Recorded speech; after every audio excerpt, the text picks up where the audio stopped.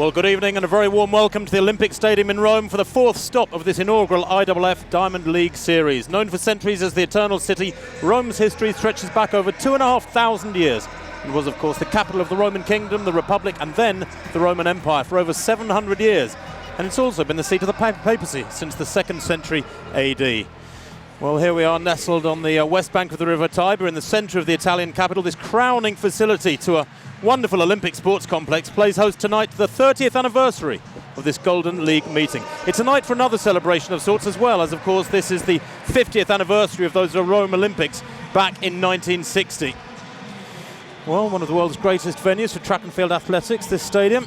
The stadium here in Rome tonight sees the arrival of dozens of athletes keen to improve their form, and two men very much on top of their game. Both Jamaica's Asafa Powell and Cuba's Daron Robles are in wonderful form, and with Powell a four-time world record breaker, and at this stage with Usain Bolt recovering from a slight injury, the fastest man in the world, a special performance is in prospect tonight on this track.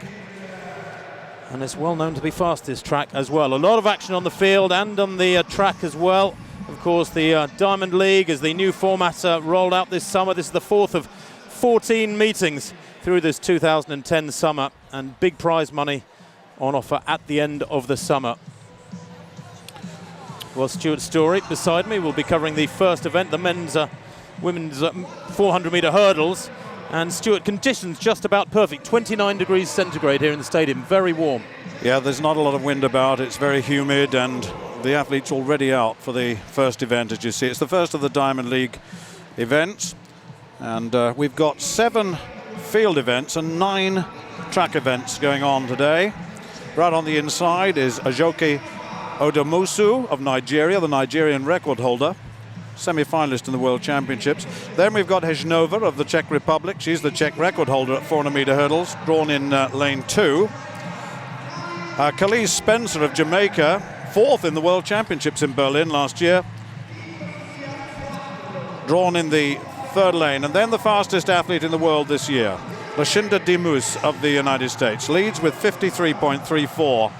A very, very fine athlete, ran the 400 meters last time in Oslo, personal best. Natalia Anchuk of Russia, 6th in the World Championships over 400 hurdles. Was an Olympic bronze medalist at 400 flat, but has moved on into world class on the hurdles too. Johan Lucas of Trinidad, bronze medalist in the World Championships last year. She goes in the 6th lane. Anna Jessian, 5th in the Olympic final. She's been around a long, long time. Very, very experienced. Well received. Always gives her best. In the 8th lane, that's Angela Morosanu of Romania, European Under-23 champion a couple of seasons ago. And right on the outside, we shall see Manuela Gentili of Italy. Got a best of 56.42, one of the slowest in the field. I guess lanes 3, 4, 5 and 6 will be those to watch in this race. And the conditions are good, and we might well get a quick one here, particularly from Dimus. Odomosu, Hejnova, Spencer, Dimus, Anchuk, Lucas, Yeshin, Morosanu, Gentili, the women's 400-metre hurdles.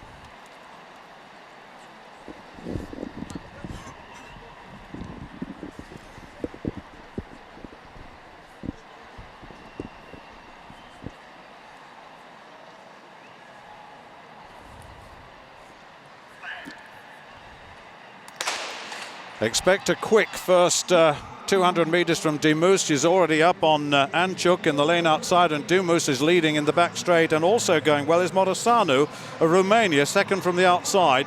But Dimus is really powering on the pressure here. This is exactly what she did in the 400 meters flat in Oslo, then faded a little bit from 300 in, but still got a personal best just outside 51. But certainly Morosanu, the Romanian's, going very, very strongly indeed. And Dimus now will close it down as they come into the straight with 300 meters gone. The tall figure of Angela Morosanu, now Dimus has taken over. In lane 3, that's Khalees Spencer of Jamaica coming into 2nd place. But Dimus now looking for a fast time. From lane 2, Hejnova of the Czech Republic going strongly. But Dimus is coming through to take this very, very comfortably indeed. She wins it. Spencer in 2nd place. And in lane 5, Anchuk in third, and the time 52.81. Well, we've promised a fast time. It's a meeting record.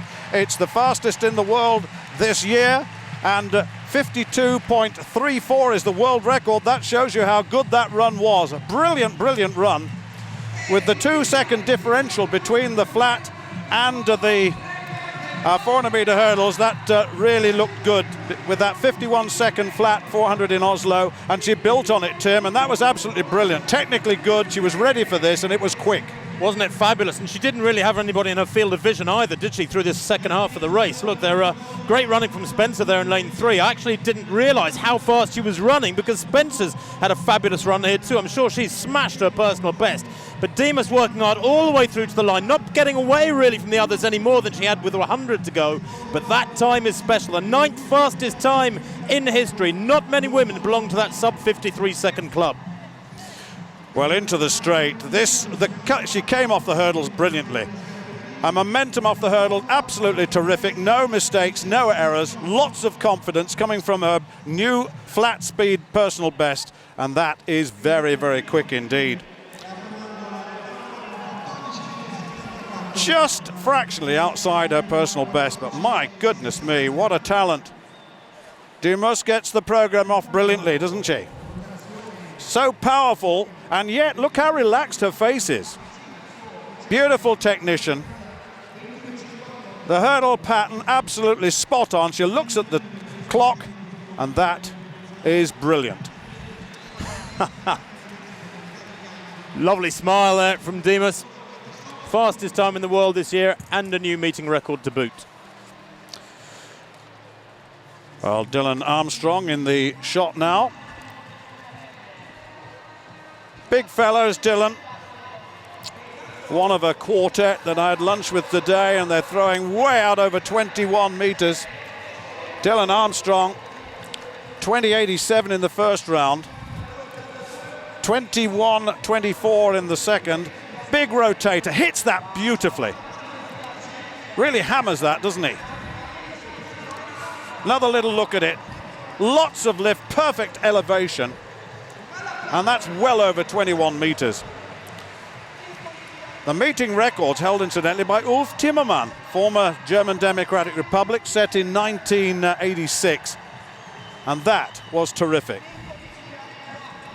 21.39, that extends his lead. Well, the next event on the track will also be over the barriers. It's the women's 3,000 meter steeplechase. The javelin, though, is well underway now. Spotakova, sorry, Tim, Spotakova. What a battler she is. She's only just started her season, really hitting the javelin very, very hard indeed. Looking for beyond 60 meters, and she almost gets 65. She's had problems, there's no question about that. Had some injury problems, as so many of these athletes had. A lingering Achilles injury, actually. And she says if it does persist, she's going to have an operation in the autumn.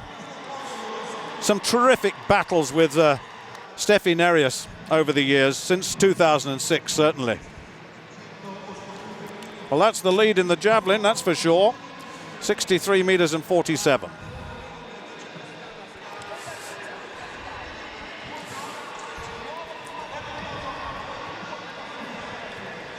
Reese Hoffer then next in this shot put, which has come alive with that third round effort of Armstrong. 21.39. They're homing in on the stadium record, which, as Stuart said, is about 30 centimeters beyond that effort of Armstrong. That's big as well. Oh, Hoffer's hit a really big one there too. He's opened up with 3 20-meter efforts. His best of those was 20.68, but that's out beyond 21 meters. And Hoffer, the world champion back in 2007, is far from a spent force. Even though he's 32 years old now, that's a big effort. I don't think as far as Armstrong's third round throw, 21.39, that, remember, but it's beyond 21 meters and it's big. Well, there it is, 21.15, a season's best for Hoffer. He's out beyond 21 meters and in second place. Well, the shot competition in its fourth round, for those who will want to know what's happening in it.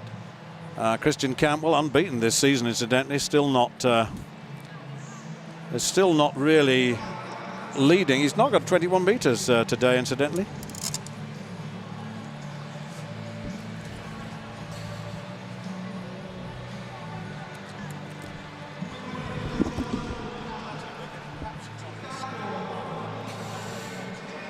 Well, the triple jump, Olga Rypakova in the triple jump. Rypakova, of course, of Kazakhstan, and an athlete, well, newly crowned world indoor champion. I say newly crowned, it was back in March, but the 25-year-old in wonderful form, and that's some consolation for her 4th place in the Olympic Games in Beijing. And that's not a bad effort at all. Rypakova there opened with 14.34. That one very close to pushing out towards 15 meters. Good pentathlete as well, by the way, is Rypakova. Won in Shanghai 3 weeks ago with 14 meters 89. And that one from Rypakova, 14.74 in round 2. Saladuka. Next up, the Ukrainian, twice winner of the European Cup. We've seen her before. Has actually been unbeaten this season. Hasn't had many competitions though, mostly in Poland and in the Ukraine. Was 9th in the Olympic Games in Sydney, rather in Beijing. She's got a personal best of 14.84. That was set 2 seasons ago, but 14.76 this season. So if she can find that sort of form, we'll see.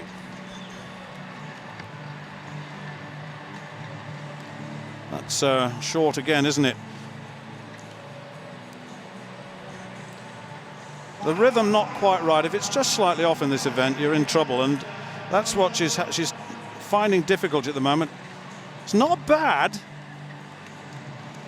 Now then, 14 meters and 18. There's the series, incidentally. 14.44 is the best. She's in 3rd place at the moment.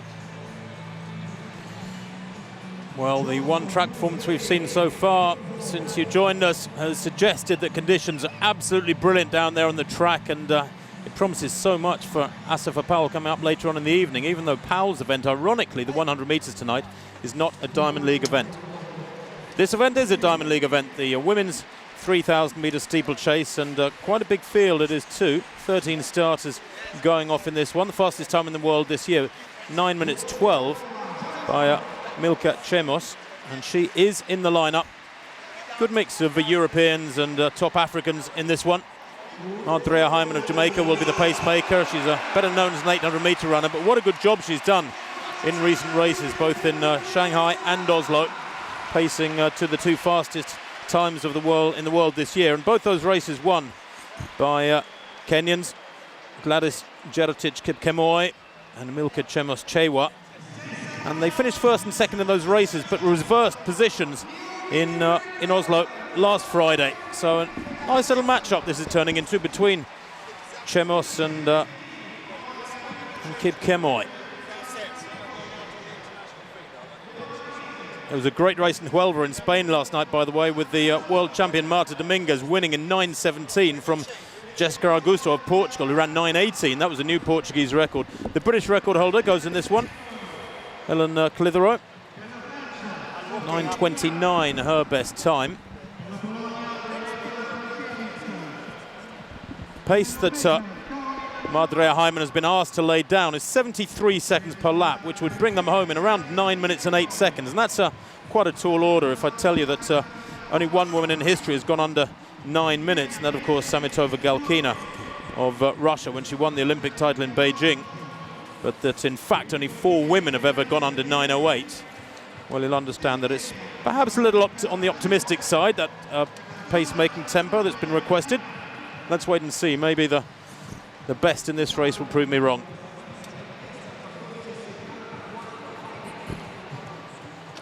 This race due off, incidentally, at 1/4 the hour, so it's time they were getting underway. Good crowd has gathered over the last half hour or so in this Olympic arena. But of course, it's in a stadium that can boast a capacity of some 85,000, and therefore you put 15, 20, 25,000 in here, and they look a bit lost. Here we go.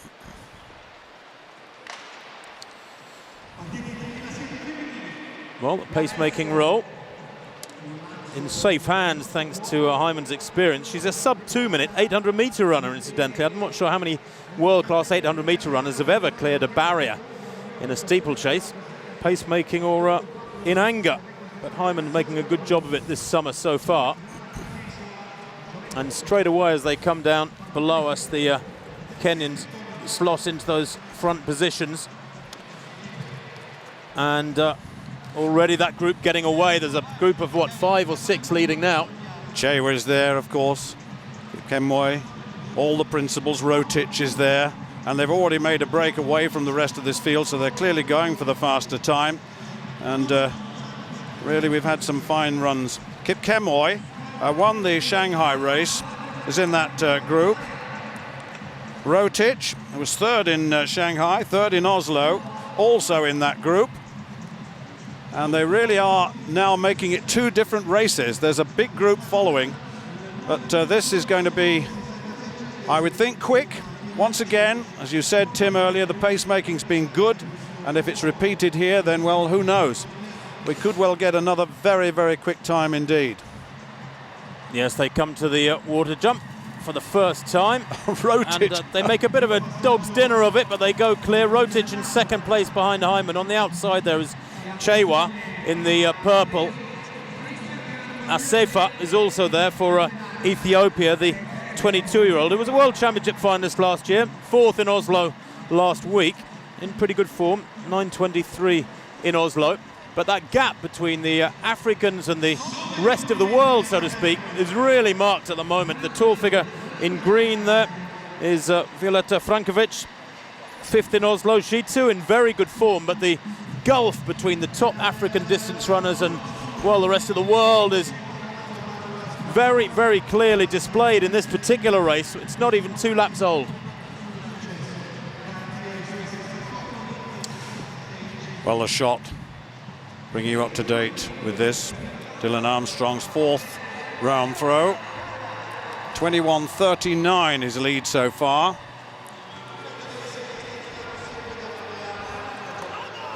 Oh, he's hit that one as well, and that's another big one over 21 meters. Well, he ate so much at lunchtime, I'm not surprised. Full of energy. Chicken leg after chicken leg. Turns off that left foot, spins really hard, and there's a torque created. It's a winding up, and then he lifts out of it. It's very, very difficult, this. And then he hits it, and the reverse is very, very soundly performed here. And that's well over 21 meters again.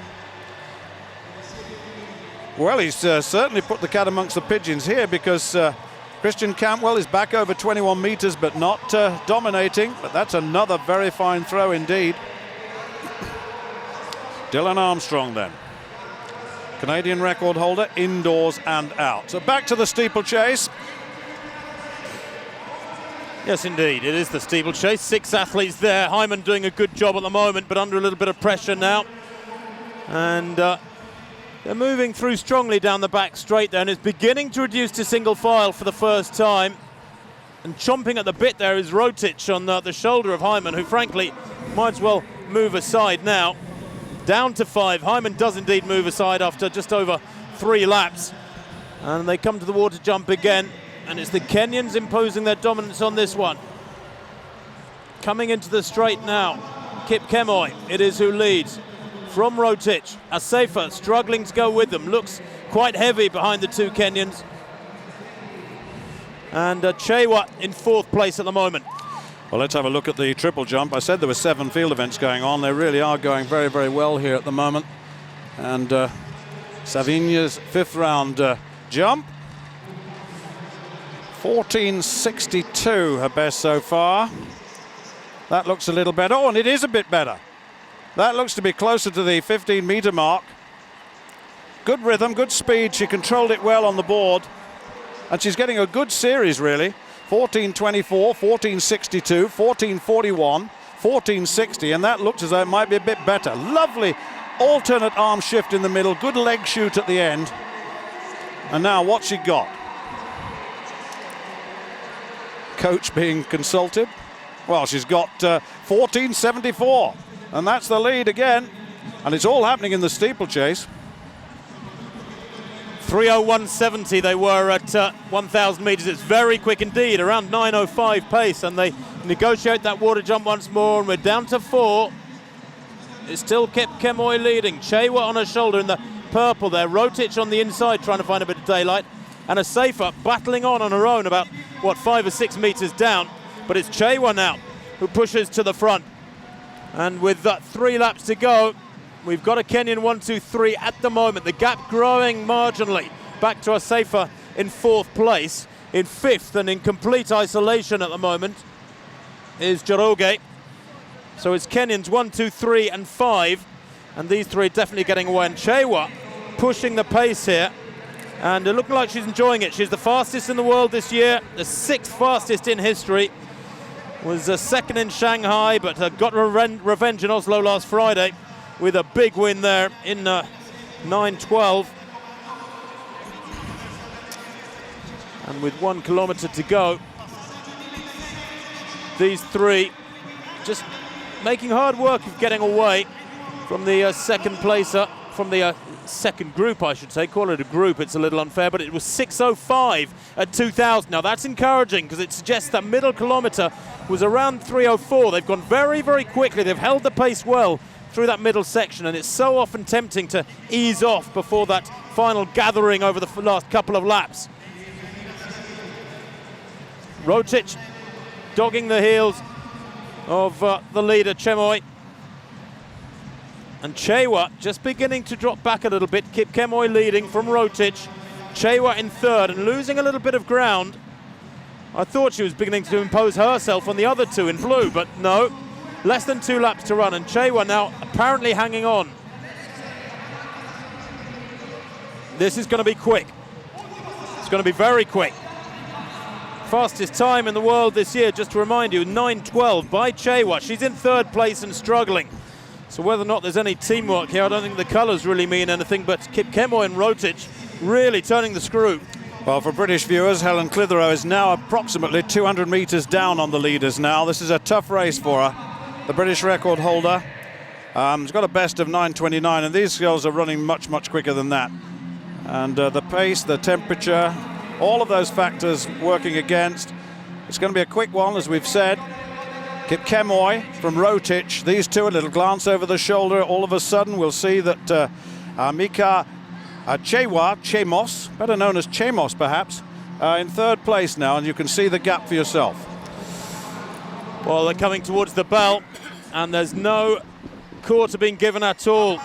Kip Kemoy leading at the bell, just outside 8 minutes. Rotich right beside her.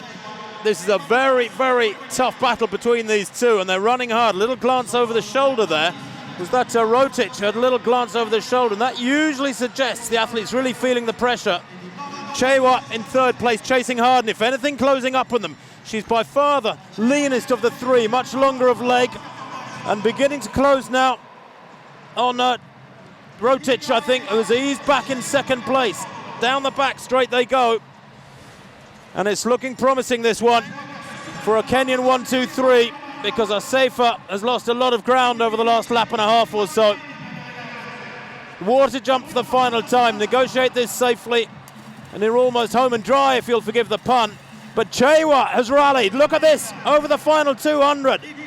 Kip Kemoy, does she know Chewa's there? Rotich back in 3rd is well beaten, but Kip Kemoy's going to have to raise the game here. Chewa's the athlete with momentum. They take the final barrier, and Chewa kicks hard again, punches the arms harder, and crosses the line in the lead. What a great run that is from Chewa, perfectly timed. 9:11.71, the fastest time in the world this year. That's a special performance, and there's so much more to come, one senses, from these Kenyans. Goodness me. They get quicker and quicker as each race unfolds. 9 minutes might be a long way away, but I wouldn't write off it being broached before the end of the summer. Well, Chewa from Kip Kemoy and Rotich, the 1, 2, 3. And that time, 9:11.71, is of the very, very highest order. Only some 7 athletes have gone quicker than that in history. It's a new personal, or a new season's best for Chewa. But she has the form here, approaching the final barrier. They both take it pretty well. Both dig deep. All credit for Kip Kemoy for battling hard there and doing so much of the work through that one, but she loses by 5 meters.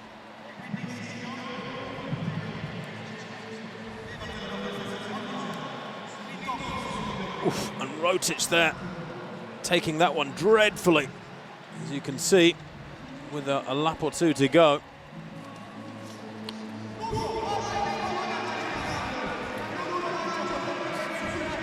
Well, the next event on the track will be the women's 100 meters.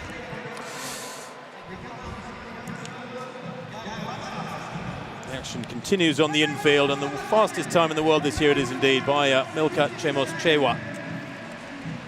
Lovely, relaxed, languid style. She's had the power to turn it on and accelerate off that final barrier. And I'll tell you what, there's no grimace there, is there? Plenty of relaxation. I think there's a lot more to come. It certainly looked as though she was spent, didn't it? And all of a sudden she'd paced it absolutely right. Looked as though she'd gone. The gap opened up of 7 or 8 meters or so, and then all of a sudden she got a new lease of life and took it in the end. It's a very fine run. Let's go back to the javelin now. Spatakova. What a good athlete she is. Hits that very, very hard indeed. Oh, and that's close to 70 meters. Spatakova's back in business. Well, the Achilles certainly not troubling her. She is the world record holder, the Olympic champion in the last round, of course, a world champion in Osaka. She's got all the credentials. Such battles she's had with Nereus, who isn't here incidentally. She knows that's right. The timing was right. Everything was right. Elevation was right. Close to 70 meters. That was a terrific throw. 68 meters and 66, meeting record. Well, what a meet we've got already. There are records tumbling all over the place. It's a sparse crowd, one has to say that. Well, it's strange, isn't it? Confirmation there of the win for Chewa, 9:11.71 from Gladys Kipkemoy, 9:13, a personal best for her in second, and it was a Kenyan 1-2-3 with Rotich in third place there. Tough run for a safer in fourth place, but most of the race in isolation. Helen Clisfero just inside 10 minutes.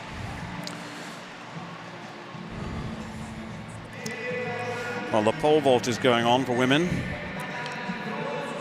There's a 100 meters coming up.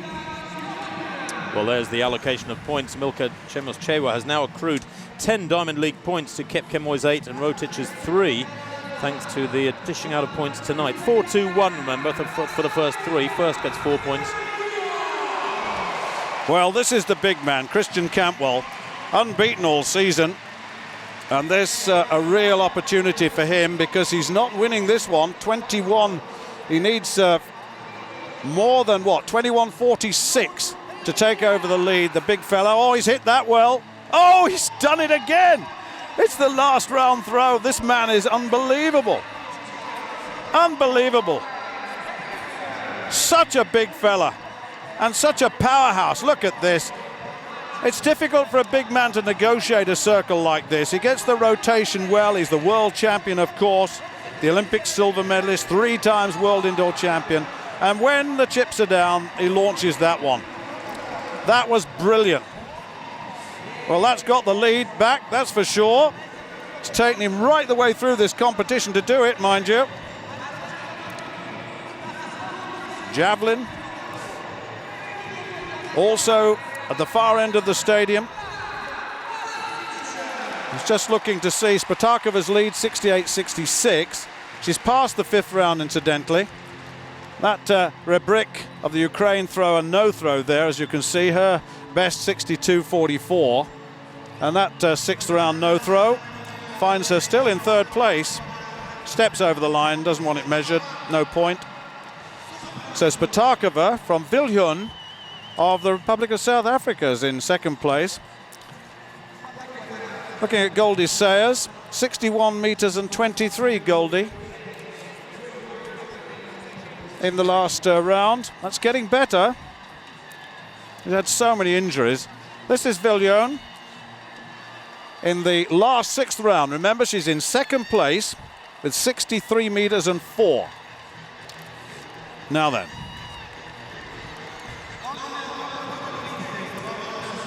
Very quick. Oh, what a fast arm too. It stalled a bit though, and that's not going to affect the lead position, that's for sure. The real athlete.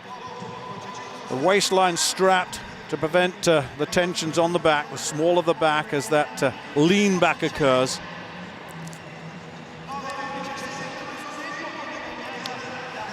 So she stays in second place. Rebrek is third, Viljoen is second, and I just wonder whether Spatakova will take her final throw, because she knows that she's won. No, she hasn't. It's just come on the computer that she's passing the last round, so Spatakova wins it with 68 meters and 66.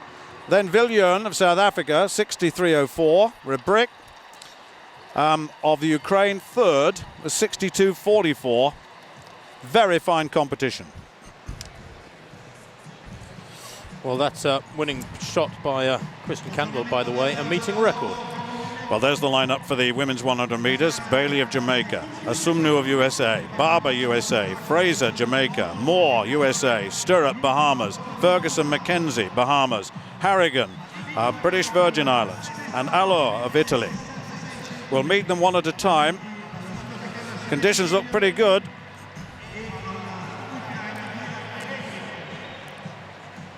The fourth lane is that diminutive figure of Shelly-Ann Fraser, the Olympic champion and the world champion.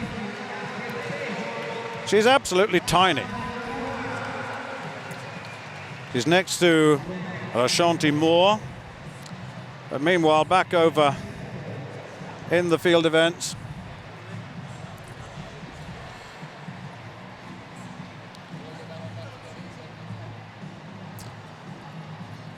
right, Aileen Bailey, drawn in the inside lane. One of the relay team competitors in the 204 Olympics, Asumnu, incidentally, in the second lane. 11.15 this season.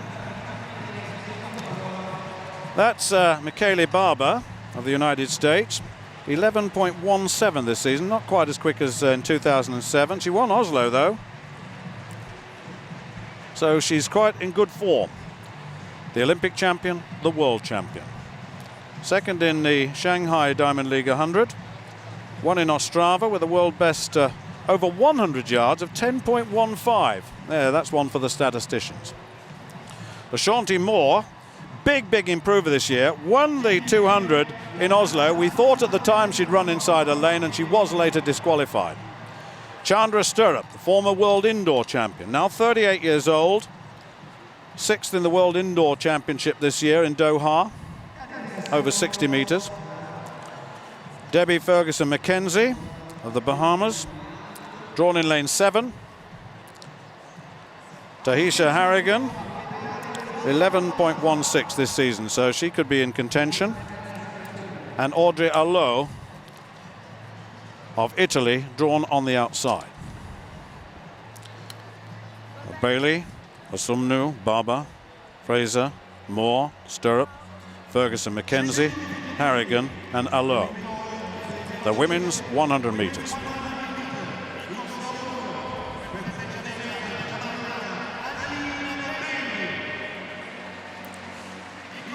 The athletes just being introduced to the crowd.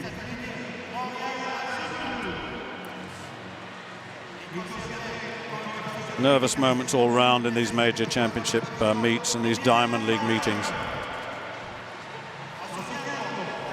There'll be a big cheer for the next introduction.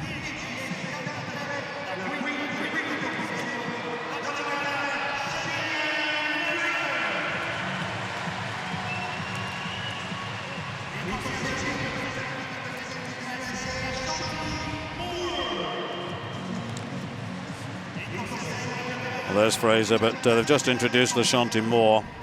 Big improver over 100 and 200. Just talking across pictures for a moment. It's a tall figure just to the on the left as you look at the shot from Shelly-Ann Fraser.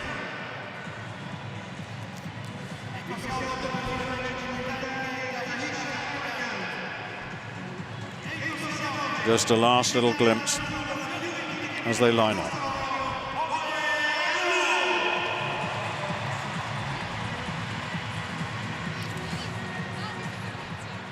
She's had a lane in all 6 Olympic sprint finals so far in this century. That's a statistic for you for Debbie Fergus-McKenzie. Ashanti Moore 10.97 this year. Fraser 11.04. Barber 11.17.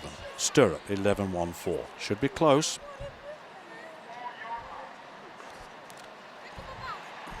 The women's 100 meters.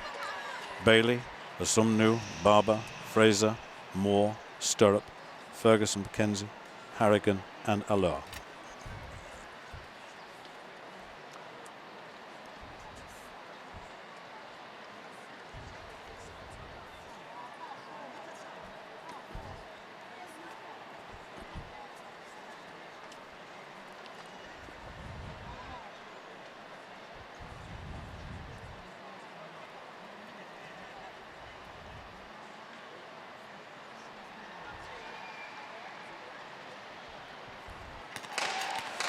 Well, someone's got away. Now, whether that was technical, it could well be.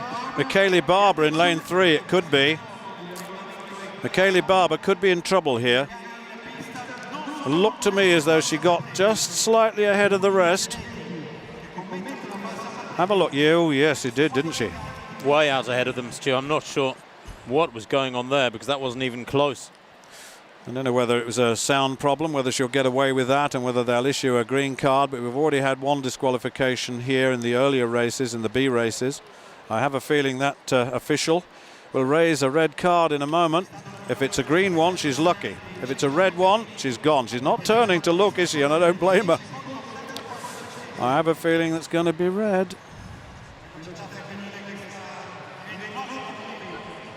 It's a shame. I can't see the official now. Oh, there he is. Now, has he got a red card? Oh, yes. No, he held his red card out. Yep, yes, he did, didn't he? Yeah. As soon as she turned to look, he was ready and waiting. I think she's gone. Yes, she has. So, Michaela Barber was one of the athletes that we might have expected to do well in this, has gone with a false start. But being next to Fraser, got it wrong. Shelly-Ann Fraser, the Olympic champion, drawn in the 4th lane.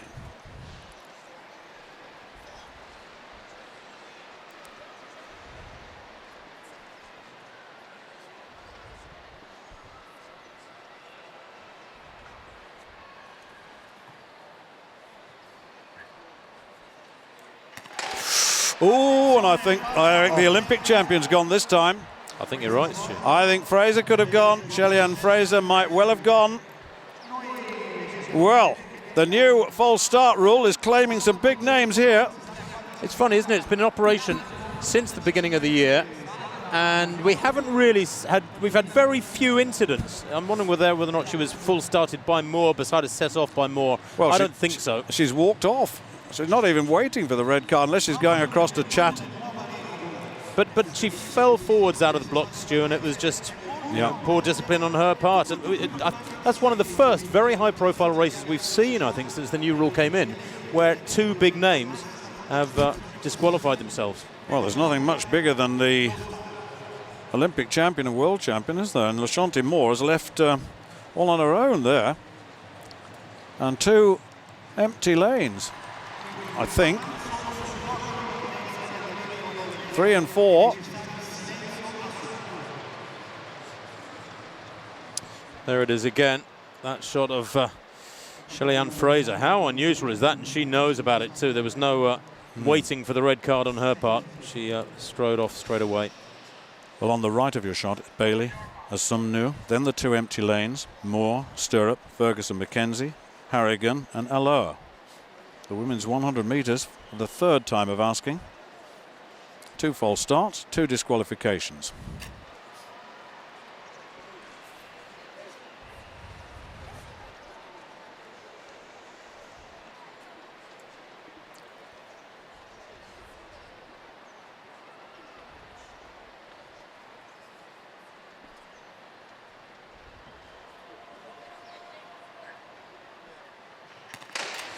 Well, Ashanti Moore got a desperate start. She really did. And Harrigan going very strongly on the nice side. Ashanti Moore coming through very strongly in the middle of the field. Ashanti Moore's going to take this one. She gets it. And next to Ashanti Moore, Chandra Stirrup in second place. Pick up third place in a moment. That was a terrible start by Ashanti Moore. And she survived the race at 11:04. It's only plus 0.2. But I tell you what, that was a dreadful start. She was absolutely left for dead in the blocks. But my goodness, the second half of her race was very, very powerful indeed. I think she was just playing it safe, Stu. 11:04 is confirmed as the winning time there. But sitting back in the blocks a little bit after 2 disqualifications is perhaps understandable. Good start there from, I think it was Tahisha Harrigan in the yellow bottom of picture. She was certainly leading at halfway. Then they ran her down and she finished up in third place. It was Moore who fought her way to the front there. It took her about 60 or 70 metres and a very close for second. Stirrup it is indeed, taking second place. Her time confirmed at 11:14, 1/10 of a second down exactly. You're right about the start. Tahisha Harrigan of the British Virgin Islands got a terrific start on the near side, but it was the second half of the race. Chandra Stirrup of the Bahamas coming through, tying up a little bit, overstriding a little bit as Ashanti Moore came up alongside. Interesting look from the other side. Look how far that Hartigan is ahead, but then this is the close down point. And it looked at this stage as if Chandra Stirrup was going to take this, and then Ashanti Moore, who's really going well at 200 metres as well, has got the speed endurance that takes her through to a very good win at 100 metres. Very powerful. This is going to be a good season for her. Another little look. Had to work hard, but then could relax a little bit in the final stages, just a little bit. She had to work for that.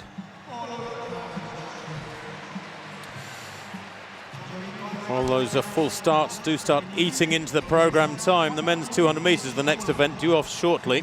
Well, there's the result of the women's 100 metres. Ashanti Moore, 11.04. Chandra Stirrup, 11.14. And Tahisha Harrigan, 11.17. That confirms the first three.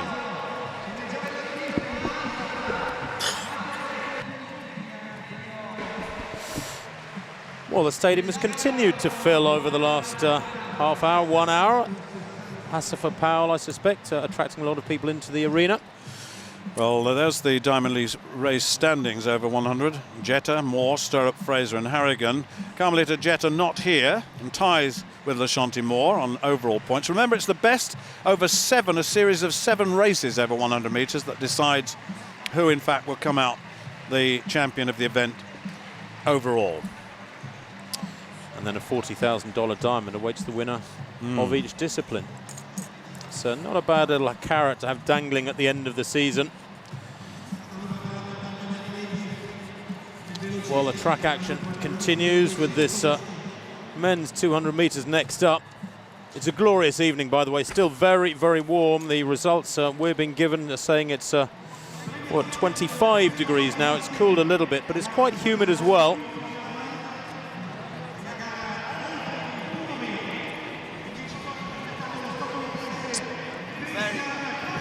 And we look forward to plenty of action coming up in the field as well.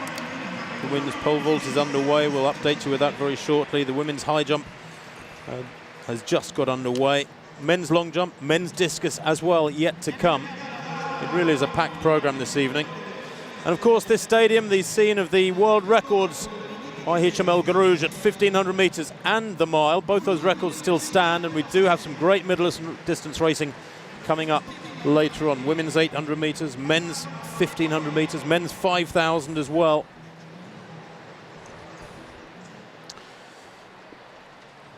Just a little look back at the javelin competition, which is, of course, now finished. And going through the 1, 2, 3 rubric we saw, and this is Viljoen, the South African, who got second place with about 63.04. Rubric had 62.44 incidentally, but then it was Spatakova with her 4th round throw. She only took 4 throws, but was leading pretty well throughout. Really hits that very, very hard to 68 metres and 66 centimetres, so very close to that 70-metre line, and that's a brilliant performance. She's back in business now. Had the Achilles tendon problem, but okay now. There's confirmation of the result. A meeting record, 68.66. Spatakova from Viljoen from Rubric. Season's best for a brick. There are the points. 6 for Spatakova. She leads quite comfortably.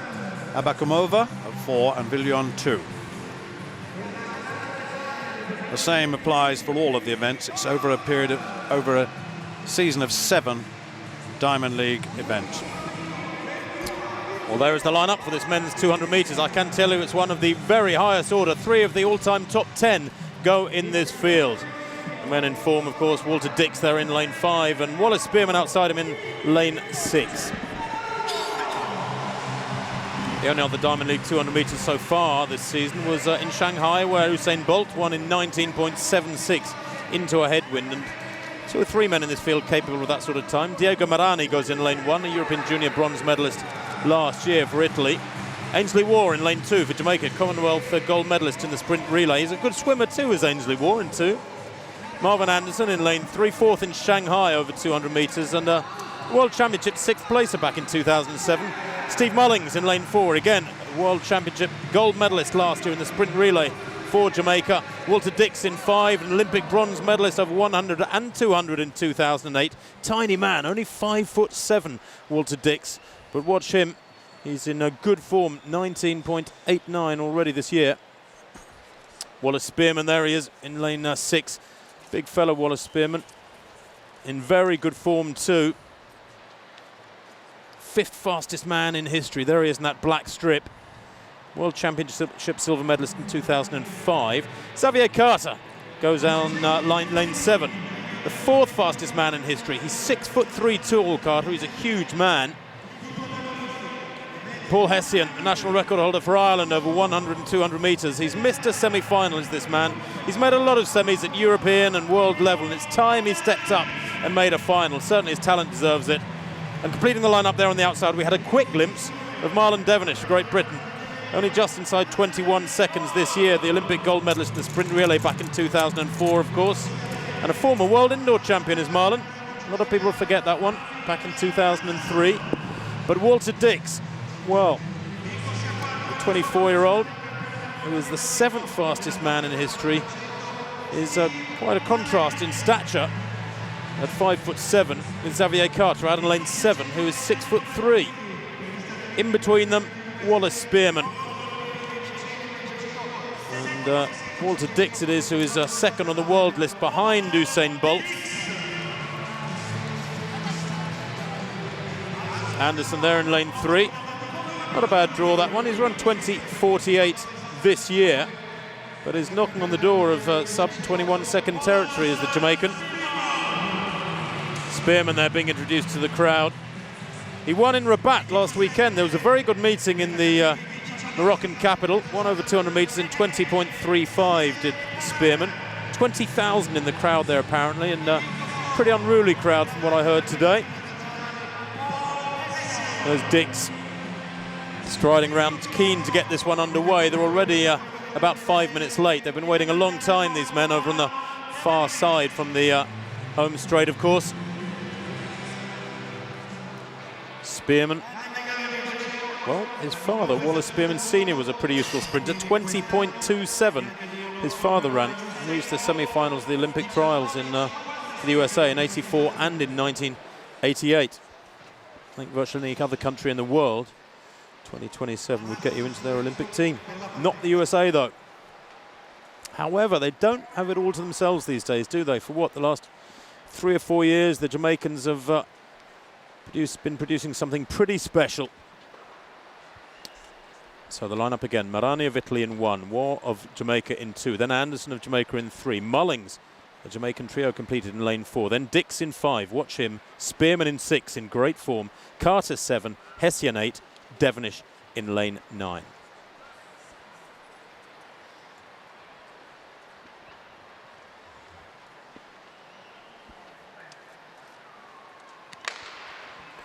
Well, a bit of a twitch on the outside there from Marlon Devonish, I think, but they got away. Having real problems here in lane 3 is Marvin Anderson in the white strip, but going really well at the moment in lane 5 is Walter Dix. Walter Dix leading from Spearman at the moment. Dix gets his heads down, starts pumping away hard. Spearman now getting into his running, but he's left it too late, beginning to close him down. But look at the time, 1986. It's a new meeting record. The wind marginally in their favour. My word, that was good sprinting. He really took Spearman to the cleaners around the bend, and the race was put to bed by then. Spearman, who always unleashes those long legs in the second half, began to come back at him, but credit to Dix because he held him at bay. And actually, thinking about it, I'm not sure that Spearman really did come back at him very much, Stuart. The time confirmed at 1986 there, and it is a new meeting record. Spearman, a good second behind him, will have been very close to 20 seconds, but a big gap behind them. Well, Paul Hessian it was that got into third place. I mean, he's taken a scalp in Xavier Carter, but it's Michael Johnson's meeting record that's gone. It stood at 1993, set in 1999. It was a terrific run off the bend. His transition into the straightaway was pretty good. Good leg speed. He's tying up a little bit, but I'm not surprised. And Hessian right on the outside, second from the left of your shot, sneaks through to third place with a time of 20.6. But this was world class in every sense, and he did it all really in the first 100 metres. He came off the bend way in the lead and got his just reward, really. He's a strange looking sprinter, isn't he, Stuart? Looks very tight in the shoulders, pumping hard there, very high accentuated knee lift. Whereas clearly Spearman behind him is far more rangy, more relaxed looking sprinter, but was beaten by a couple of metres. Yeah, he was. All the damage was done in the first, the first half of the race, and then through to 2/3. Dix really flew round that bend. He took the stagger back on Spearman on that first bend, and really that must have put a bit of pressure onto him. Spearman did come back, you're quite right. He did start to close down a little bit in the final stages, but the expression on his face tells you that there's a lot of tension there in the shoulders. Left a little bit to do at 20.05. But Dix had the pedigree, and that was a good run and a good meeting record. And the records are tumbling here in Rome. Aren't they just? It just underlines how perfect the conditions are.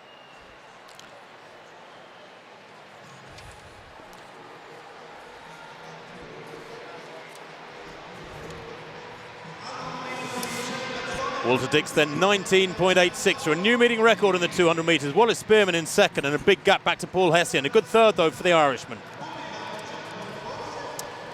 And Dix, Spearman and Hessian share those Diamond League points on this occasion. And this is the way it sits now, with Bolt and Dix out in front together with 4 points each.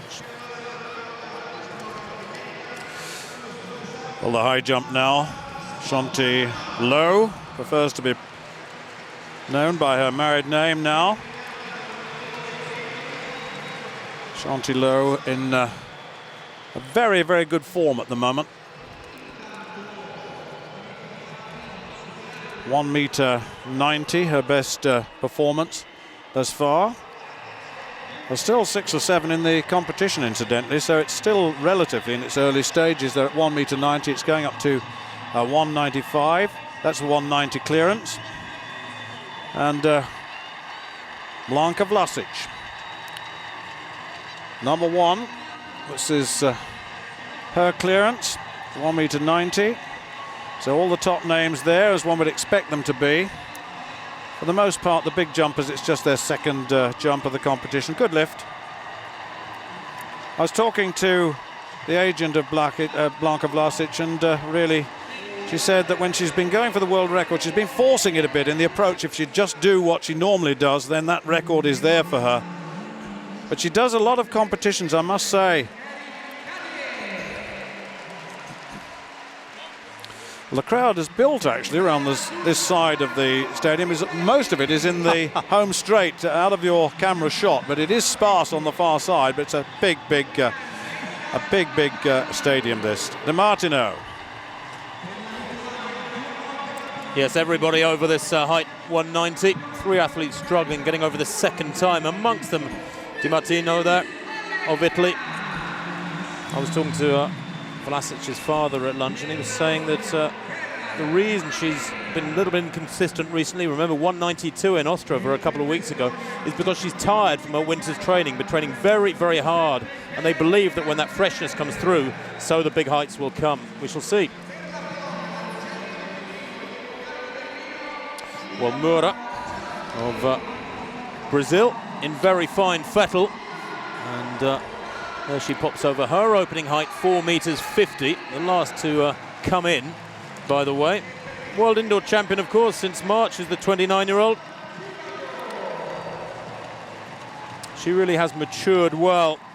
Her lifetime best now 485, so she's got plenty more to come.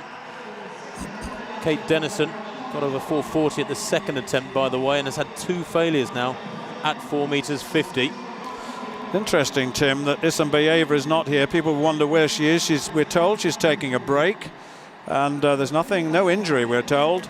Just taking a break. Her coach is here, Mr. Petrov. Reese Hoffer then. Let's just follow up on this shot put that finished some time ago. And Reese Hoffer in 3rd place with 21 meters and 15. And Dylan Armstrong, incidentally, who led for most of the competition, took 2nd place with his 4th round throw of 21 meters and 46. But this fella takes some beating. But he was beaten until the very last throw of the competition for him. 21.20 was his best. He was down in what, 3rd place? Then it all changed. He really walloped that.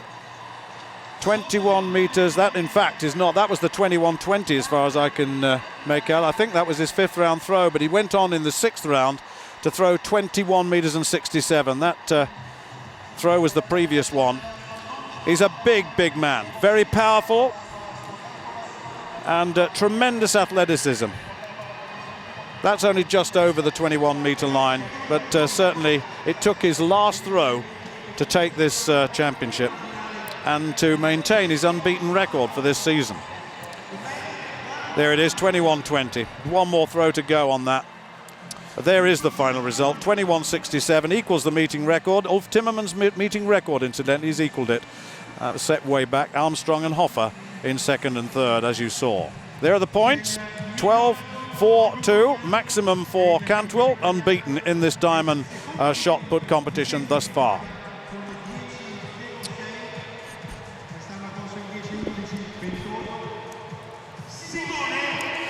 There's the lineup for the men's 100 meters. It's not a Diamond League event, this, but it's a good one, though. Collio of Italy, Forsyth, Jamaica, Seiden Dury of Norway, Asafa Powell of Jamaica, Lemaitre of France, more about him in a moment, Manjoc of France, Clark of Jamaica, Louis Francis, Great Britain, Pognon, France. Well, we're just getting the introductions. Forsyth, Mario Forsyth of Jamaica has just been introduced. There he is, the big fella. 10.16 this season, which equates to his personal best. We missed Collio, the Italian, right on the inside. There he is. They've gone back to catch him. He's 30 now. 10.06 in 2009, only 10.34 this season. Another look at Forsyth. Didn't get through the heats in Oslo, incidentally. Seiden Dury, Gambian and now Norwegian record holder at 100 and 200 meters, going pretty well. Olympic semi-finalist. How is the man greeted? Asafa Powell, history's most prolific sub-10 second 100 meter sprinter. Now then, Christophe Lemaitre of France. He forgot his spikes. They had to rush round to try and buy some new ones. He's not got quite the right size, but he's 10.03. He's only 19. Watch out for him in the European Championships.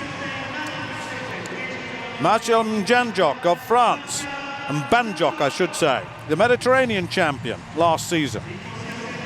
Lerone Clark of Jamaica, 10.10 this season. Mark Louis Francis, Great Britain, didn't make his way through the heats in Oslo, hopes to do better in this final here. 10.21 is best this season. Well, we've seen Roland Pognon of France, prolific indoor sprinter, over 60 meters. But this young fella, so much written about him, so much spoken about him, and he's in a lane next to Asafa Powell. There they are. Collio, Forsyth, Seiden Dury, Powell, Lemaitre, Mbanjok, Clark, Louis Francis, Pognon. The men's 100 meters. The young Frenchman, the last to go down. Such is the confidence of a maturity beyond those years, certainly. How will he fare here? He's got Powell next to him.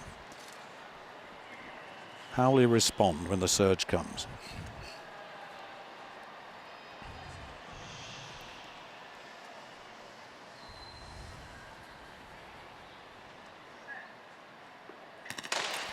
Well, Asafa Powell got a terrific start, and on the other side, Leroy Clark got away well, but Asafa Powell's absolutely burying this field. Powell is away. He's brilliant away, and I think the young Frenchman could have got second, 9.82 with 0.6 meters per second, and that was a good run by the young Frenchman. I have to say, he's going to be a real problem for the British sprinters, certainly in the European Championships.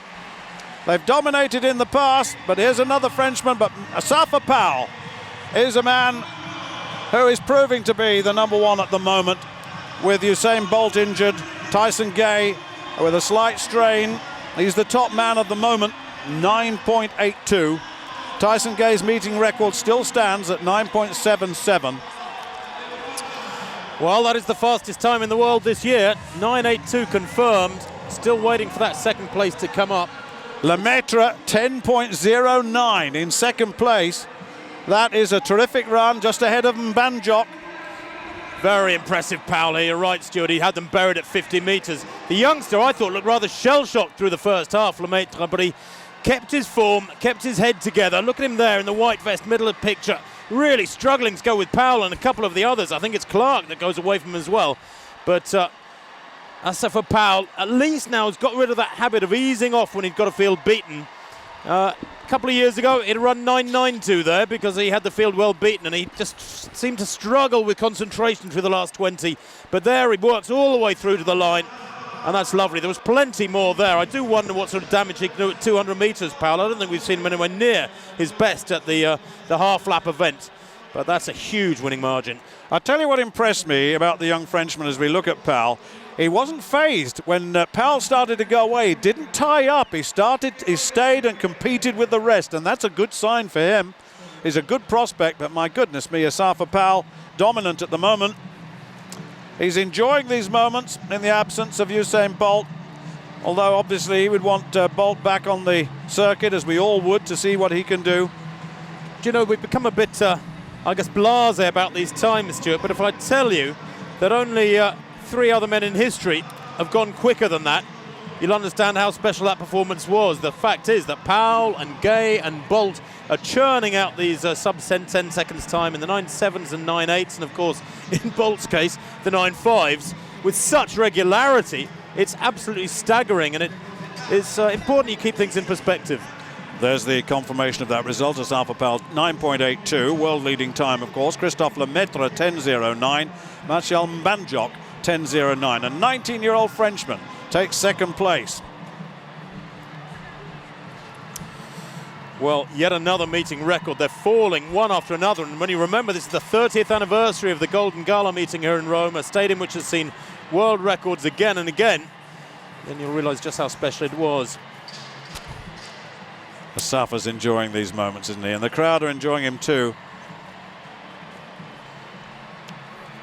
Well, they got what they came for. Di Martino then in the high jump now, and the bar at 195. Di Martino goes clear, first attempt. Good clearance. That's well within a compass. She's a 2-meter jumper. One of several athletes to have gone clear at that height. It's shaping up nicely. I can tell you Blanka Vlasic has a clean card so far. Indeed, the whole field are still in that competition. All 9 athletes in the high jump are still in there at 195. They haven't all gone clear, but they're there.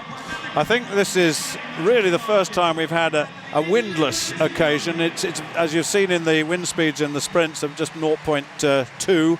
There's not much wind affecting, and that will the pole vaulters will enjoy that as well, because really in the past they've had all sorts of problems with the wind blowing across, and there'll be some very, very good clearance.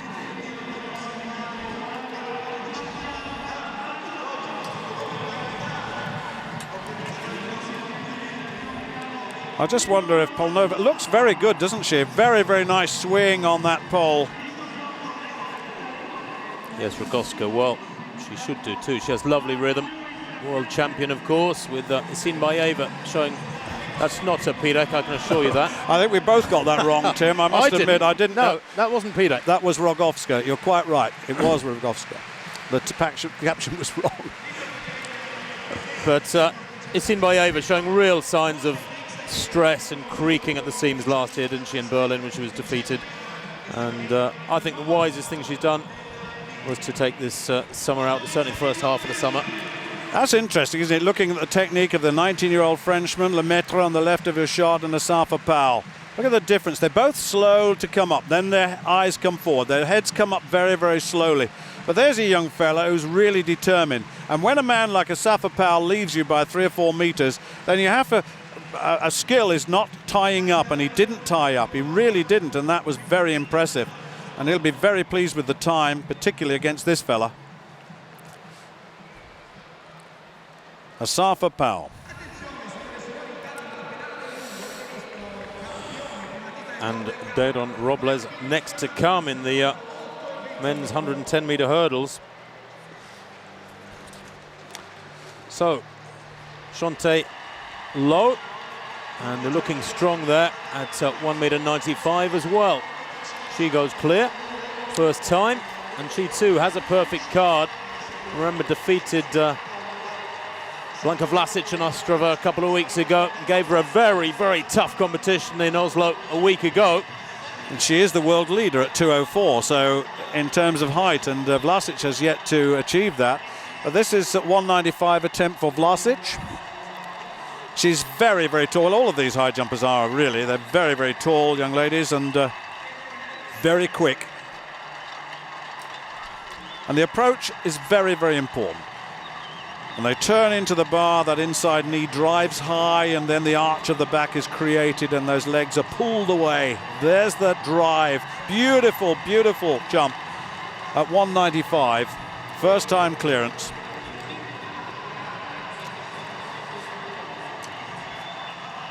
Yes, this is a better day at the office for both Vlasic and Chantelot.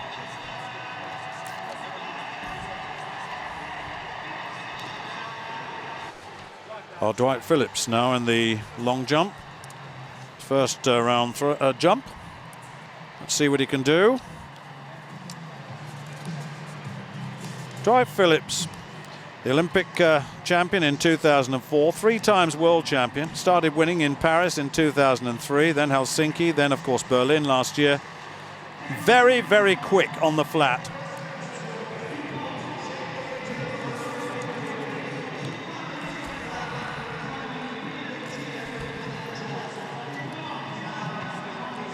Lovely hitch kick technique, and that is way over 8 meters. He holds the meeting record here at 8 meters and 61. Very fast. It's okay being fast, but that 2.5 hitch kick off the board, it's all about preventing forward or backward rotations there. Look at that. Gets into a lovely leg shoot position at the end. He's still more to come, certainly. And that's, what is it, 8.28, and that's certainly the leading jump. Well, the barriers on the track tell the story, don't they? It's time for the men's 110-meter hurdles. There's the field for this 110-meter hurdles, and I can tell her that the Olympic gold and silver medalists are in this lineup, but not the fastest man in the world this year. That's David Oliver with 12.99. But Deron Robles there, the Olympic champion and the world record holder in lane 4, might want to change that statistic in about a minute's time. Ryan Wilson goes in lane 1 for the USA. He's rounding into form. He's had a lot of races as Wilson. Lane 2, William Sharman, one of the real surprise packages of the World Championships last year. Formerly a decathlete, he was 4th in the World Championships in Berlin last summer, the Briton. Dwight Thomas, 5th in the World Championships, 100 metres back in 2005, but he's the national record holder for the Jamaicans. And there is Robles. He fell in Hengelo last weekend in pouring rain. Was beaten by Oliver Ndegu recently. There's Ryan Braithwaite. He is the world champion. He fell in Shanghai himself, the 22-year-old. But, well, only 6th in Bydgoszcz. Bit of a question mark over Braithwaite. There's David Payne, the Olympic silver medalist in 2008 and a bronze medalist in the World Championships either side of Beijing in 2007 and 2009. Andy Turner in wonderful form, the European and Commonwealth bronze medalist in 2006. Although he had a tough time in Ostrava a couple of weeks ago, he hit the first 2 flights. He won in Hengelo on Sunday. Svoboda, massive man, 6'5" tall, the Czech. He goes in lane 8.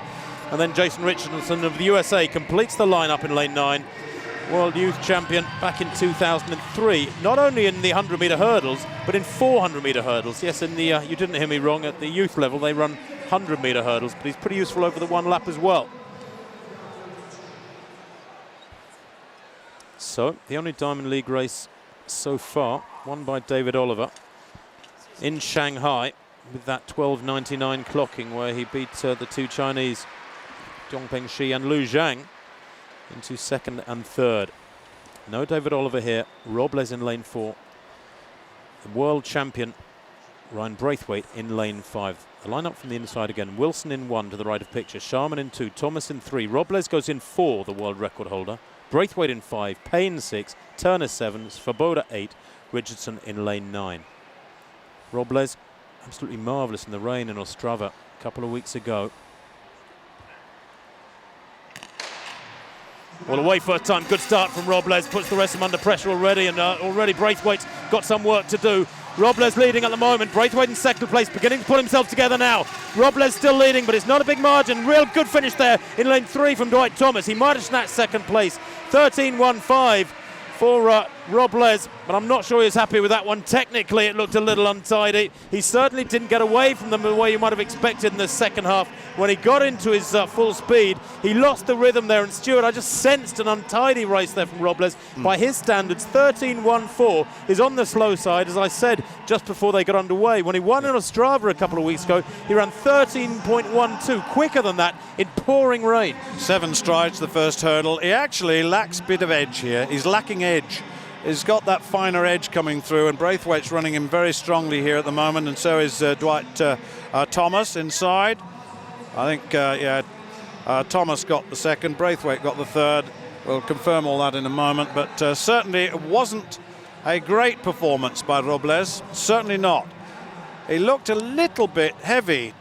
I mean, to say that of someone running 13.15, but really he was very, very heavy indeed. He didn't have the edge that I'm used to seeing from this man. He's so snappy off the hurdles. He's chopping, as you can see. The big man finds these 3 strides so easy. But you have to say that this is an early part of the season. I'll just have another look at this. Technically he's okay. It's just edge. It's just racing. He needs some more racing. We know he wintered well, Stuart. He won the world indoor title, didn't he, in Doha in March. But in his first big matchup in Daegu against Oliver, he was beaten. Tonight's his first appearance in the Diamond League, and he does get the maximum points. But I'll tell you what, if David Oliver had been watching that, I don't think he'd have seen a great deal to worry him. As you say, probably just short of racing, 2 or 3 runs away from being in top form. Well, I'll bring you up to date with the British performances. There they are. Darren Robles 13.14, a comfortable winner as it turned out from Thomas and Braithwaite in 2nd and 3rd. William Sharman down in 9th place, didn't have a good one. Andy Turner 13.48. There's the points allocations, 4-1 for Robles, Thomas, Braithwaite, and that's the way things now sit. The big 2 out in front and sharing first place, Oliver and Robles.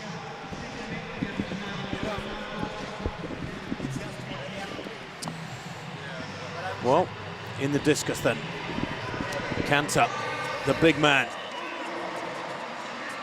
And this from Cantor, out over 65 metres in the second round. He opened with a 62.98, fairly modest by his standards, but that's not a bad second round effort from Gert Cantor, the Estonian, and the Olympic champion, still going strong in his prime really at 31. He's the world champion, remember, from 2007, Osaka World Championship 2007. There's his card so far.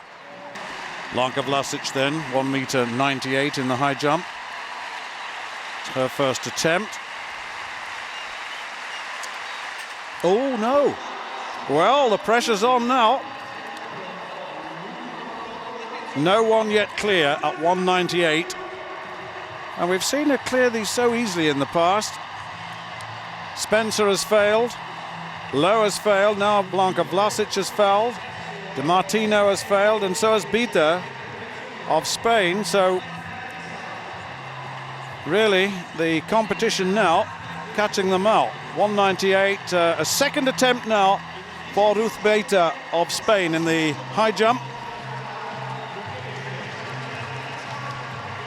The crowd is very, very noisy here in this stadium. Shared the world silver in 2007. She's a 2:03 jumper at best. No. So that's 2 failures. 1 more to go. 1 more jump to go.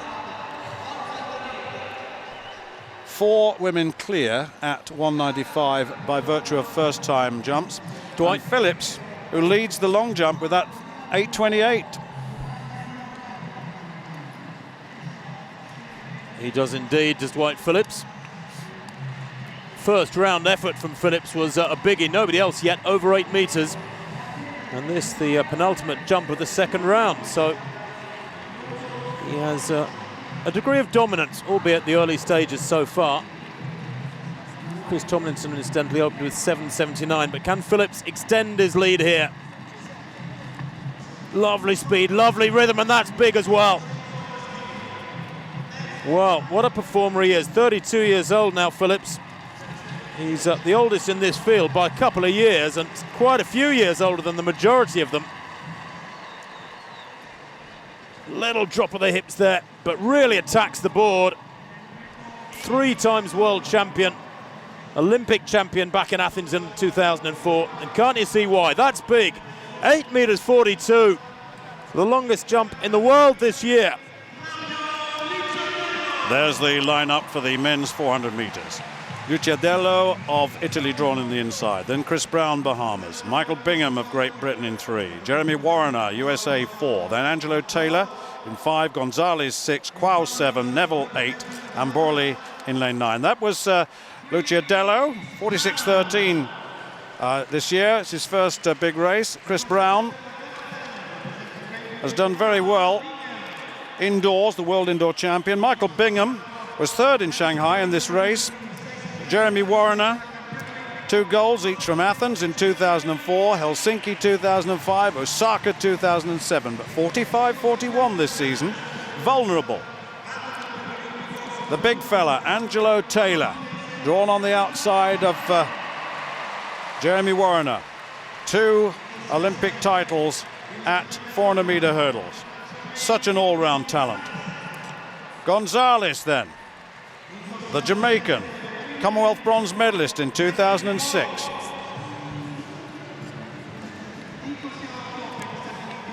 René Quao, 2009 world bronze medalist. He's a strong finisher. They'll have to watch him. Borley is the Belgian in lane 9. Seemed to have missed David Neville in the 8th lane.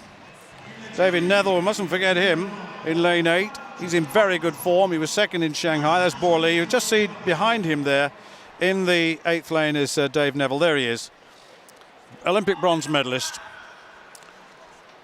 So, Luciadello, Brown, Bingham, Warriner, Taylor, Gonzalez, Quao, Neville, and Borley, the men's 400 meters.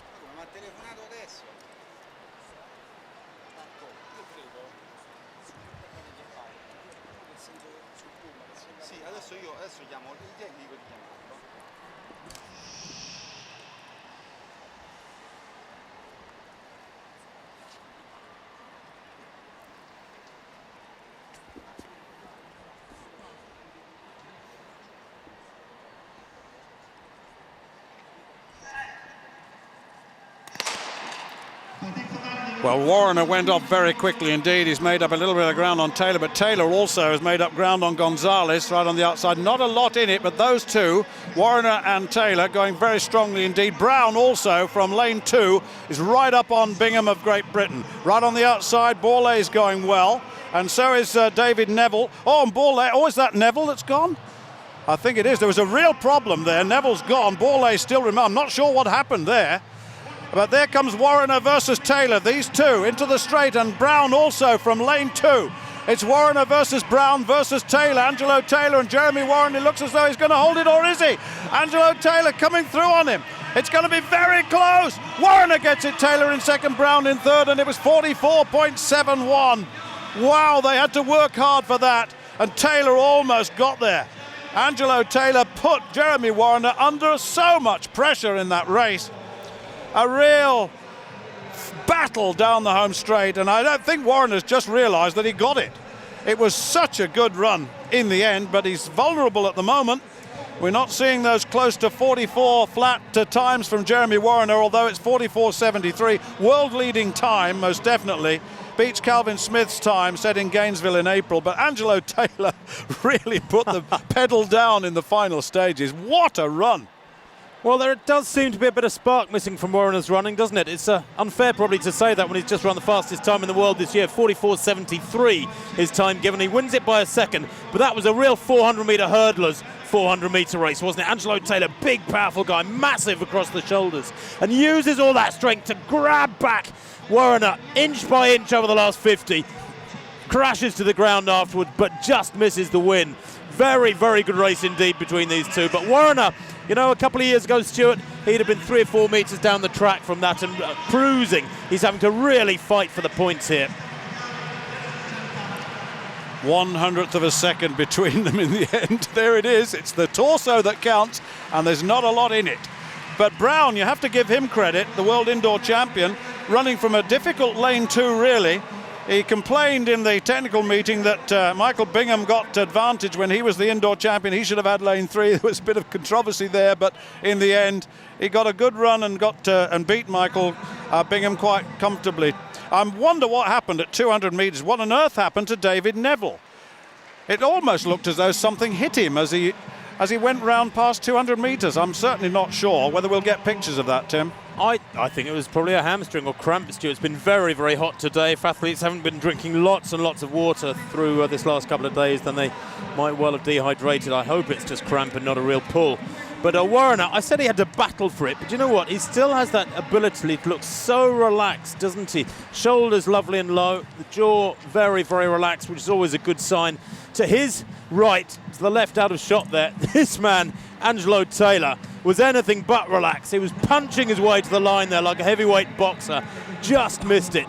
Yeah, 1/100th of a second. I think that's what that finger means, because that was the margin. There's the result of that 400. Warner 44.73, Taylor 44.74, Brown 45.05, Michael Bingham 46.04, just behind Quo. And there are the points, 8-2-2. But Angelo Taylor almost got there. If you ever want to know what oxygen debt is, just look at Angelo Taylor lying on the deck trying to recover. Meanwhile, Gerd Kanter in the discus. He's so consistent in this event, he really is. He's a powerhouse, and he's capable of, 65-metre pluses all the time. Just stays in. From the back of the circle, transfer the weight. Keep the right arm active, but leave it behind, and then unleash a 67-metre 69 throw that takes him into the lead.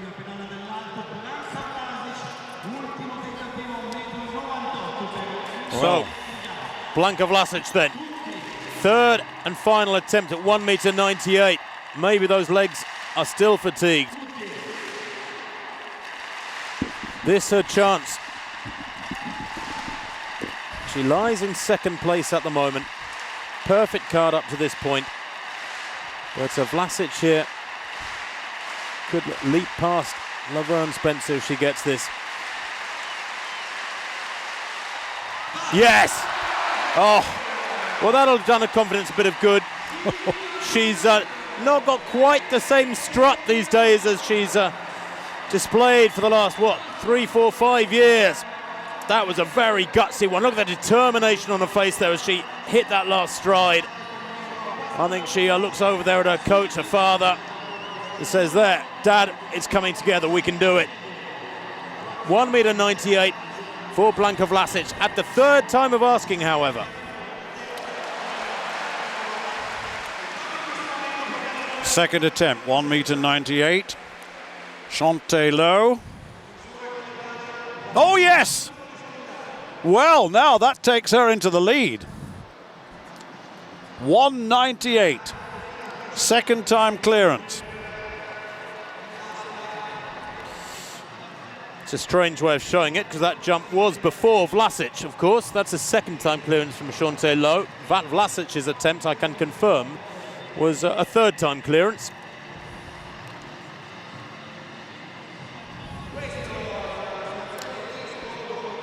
And that holds the lead, and Vlasic, despite that third time clearance of 198, remains in second place behind the American.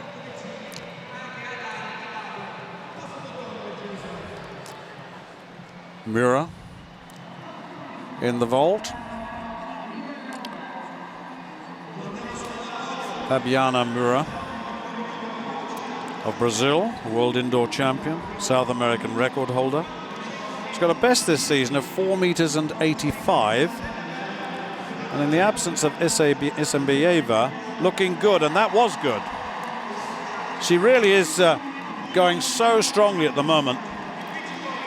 4 meters 70, a very fine clearance. Look at that lovely hang and developing the bend in that pole to work throughout that technique.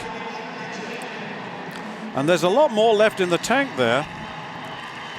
I just wonder whether now Shante Lowe has the power to really put pressure onto Vlasic. Well, she's got a couple more attempts.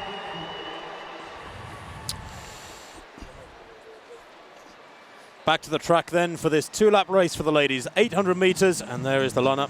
Britain's Gemma Simpson, one of two Britons in this one, fresh from a very good personal best over 1,500 metres in the USA. The Italians, of course, will be cheering for Elisa Kuzma. But Janeth Jepkoskai, the athlete's in pretty good form. Winner in Shanghai 3 weeks ago, and then in Hengelo again. There's Haklaf, Halima Haklaf, fresh from a new personal best in Rabat last weekend, where she was a winner just outside 2 minutes, the Moroccan. Well, it's a packed field, it really is. If I tell you there are 14 starters, don't adjust your sets, it hasn't gone double. There's far too many in this for an 800 metres for my money. There is little Jenny Meadows. And Jenny, who had a rough ride in Hengelo last weekend, said she was badly boxed for so much of the race. Really couldn't find any way out of the traffic. Reina and Kuzma Piccione there, sharing lane 4, the two Italians. Hazel Clark, 5 times US champion, also in this lineup. And there is Janeth Jepkoskai in lane 6. The Kenyan was the world champion in 2007 and winner in her 2 races so far this year in Shanghai and Hengelo. She's the Commonwealth champion to boot. And just beginning to return to her best form, I think. She's looked pretty good so far this season. Hasn't yet broken 2 minutes, though, this season. Indeed, very few women this summer have broken 2 minutes. Just 4 names top the season's list with the sub-2 minute clocking. Jenny Meadows there just acknowledging the applause from the crowd. World Indoor Championship silver medalist, remember, in Doha back in March. And she was second in Shanghai, Jenny, in very good form. She said when she got back from Hengelo last weekend, she put in a training session. Talking to her yesterday, she said she put in a training session where she started producing personal bests in training. Now let's hope that augurs well for her run here tonight. So often the opposite is what happens when you're going well in training, particularly in the middle distances. Darden and Balchinaite on the outside there. Dominique Darden of the USA is the pacemaker, tasked with going to 400 metres in 57.5 and then going to 500 metres. Away they go. Big field this one. Watch when they break from lanes at 100 metres. They go into the back straight. Let's hope the heavy traffic doesn't lead to any fallers. But that is too many for an 800 metre field, in my opinion. That's why they run it in lanes. It's a clue, the number of lanes. And quick running from Jepkoskai straight away there from the first 150. She's in second place behind Darden. Meadows back in about 7th place. She's a tiny figure, by far the smallest in the field, even smaller than the Italian Kuzma. Single file though, it's pretty quick, and Darden's gone out fast. Jepkoskai, who does like to run quickly, remember her best ever season back in 2007. She ran race after race from the front at lightning speed. But Meadows just moving up on the outside here. She said yesterday she doesn't care if she ends up running on the outside and the extra distance. She just doesn't want to be boxed again like she was last weekend. They're coming to 400 metres, and Darden looks to have done a pretty good job to me, Stuart. Yes, indeed, but they've bunched, as you said, and this is danger, but Jenny Meadows has got into an absolutely superb position, ready to attack. Jepkosgei is there, Clark is up there, so is Hatchlaf was in that group as they went through 400 metres, but Jenny Meadows is absolutely poised. She's got the big name in front of her. Now then, what can she do? Meadows up alongside Jepkosgei. Remember, this was the way it was in Shanghai 3 weeks ago, and Meadows has run this one better. She hasn't given ground at 200 metres. Leads going into the final bend. Hatchlaf on her shoulder, remember, the young Moroccan, full of enthusiasm at the age of 21 from that personal best. Meadows, though, running the shortest line. Jepkosgei on the inside there is boxed. Hatchlaf holding them back in second place there. And Meadows has got to kick hard from here. She's beginning to get daylight away from Clark back in fourth place. Jepkosgei looks bitten, but has Morocco's Hatchlaf got it? She has got the legs. Hatchlaf comes through for the win. It's a very strong run, and Jepkosgei there just snatches second place from Meadows at the line. 1:58.40. Now the 800 metre season is definitely underway in 2010. That's the quickest time in the world this year by some margin. And a really, really special run from this young lady, Halima Hatchlaf. Her older brother was an international distance runner, Abdelkader, although he didn't run too well in Rabat at the weekend. He was 6th or 7th. This young lady was a winner there, and she's just knocked over 2 seconds off her personal best. That's a massive win for the young Moroccan, and the fastest time in the world this year. Tactically, Jenny Meadows got it perfectly right. She was in the right place at the right time with the second lap to go, with 150 metres to go. Well, she was perfect. Hatchlaf, though, just had a little bit left in the tank, and so did Jepkosgei. An anxious Jepkosgei, rocking and rolling, coming through to the finish, but a very fine run by all three of those athletes. And Meadows, you've got to say, she commits and commits well now. She's a world-class athlete. She proved it in Berlin, and everyone in the world knows it now, and they all know that she's one of the athletes they've got to beat. Hatchlaf on this occasion did the job. And the young woman, Jepkosgei, the world champion in 2007, just managed to scrape past her into second place. Good race, though. Great place times as well. The first 6 athletes under 2 minutes, including Gemma Simpson in 5th with 1:59.58. Well, now then. A high jump competition which has really opened up here. Low, attempting 2:03. Vlasic went over 2:01 first time. Put the pressure back on to Chantelot, and she took 3 attempts at 2 meters and 1. There you've got it. So at the moment, Blanka Vlasic is back in the driving seat. They're both attempting 2:03. Vlasic is next alive to jump. And what a struggle she had at 1:98, though. Look at that. Got it on her 3rd attempt. First attempt at 2:01, which equals her season's best. Now then, what can she do?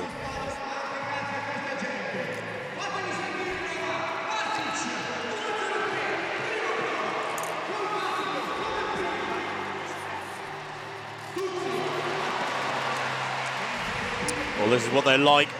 The stage to themselves, the spotlight on the individual. Vlasic controlling the crowd, just as we saw in Oslo a week ago.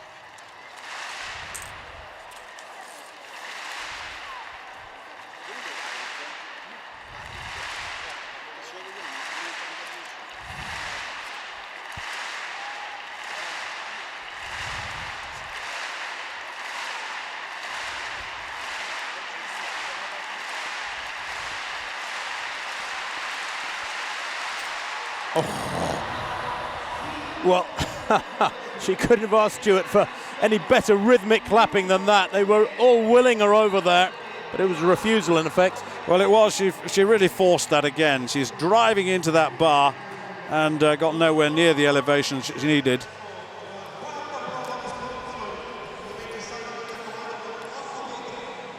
Well, Malakovsky then in this discus. And we're now in the 4th round here for Malakovsky, and that's massive. Oh, the Poles hit a really big one there. The Olympic silver medalist in 2008. World silver medalist last year. I guess he's getting a bit fed up with those second places, but he'll have to battle just as hard come Barcelona on those European Championships. 68.78 for Malakovsky. That's the season's best, and not far shy of his personal best. Takes the lead. Well, back in the high jump now. And Chantillo knows that she can still win this competition. Both she and Vlasic have failed. Vlasic leads by virtue of the first time clearance at 2:01, whereas Lowe took 3, as you can see. But if she were to clear this on the second attempt and Vlasic was to fail it, well, it's all back again with her. Oh, yes, she has! Oh, I say! 1 centimetre below her personal best, and the pressure is on now because Lowe goes back into the lead. The 3 attempts at 2:01 doesn't matter anymore. Unless, of course, Vlasic goes clear at this height too. Brilliant jump though, really went for this. That knee drove so high, look at that, lovely elevation. Oh yes. So fast for a big woman into the bar. Her best, she's the world leader at 2:04 this season, so really that... Now then. Well, Spiegelberg in this pole vault competition has been vaulting well. First time clearance at 460, that was only a second vault. Third time clearance at 470. There it is, yeah, absolutely loves it, the German. That one just a couple of minutes ago. I say, this is a big, big jump. Vlasic. Got to clear this. Oh, and she does that. Well, that's true. That's a true competitor. I mean, 2:03. So she goes back into the lead now. Now, Lowe knows that she's got to go higher than Vlasic. I know that sounds silly, but it's on countback I'm talking. They've both had one failure at 2:03. So it's all down to what happens at 2:05 now. Now, this is the competition of the season. Conditions perfect, and that was terrific. Lowe practices. That's a rehearsal. Well, it's all going on, and we've just about to start the men's 5,000 metres. Osorio, Kogo, Kipchoge, of course, holder of the meeting record here. More about him soon. Remember in Oslo, 10 men under 13 minutes. Chepkok was one of them. Tariku Bekele was there as well. Kipsira was there. Murga won it. And so this is going to be a very, very good race. We've got 2 good pacemakers.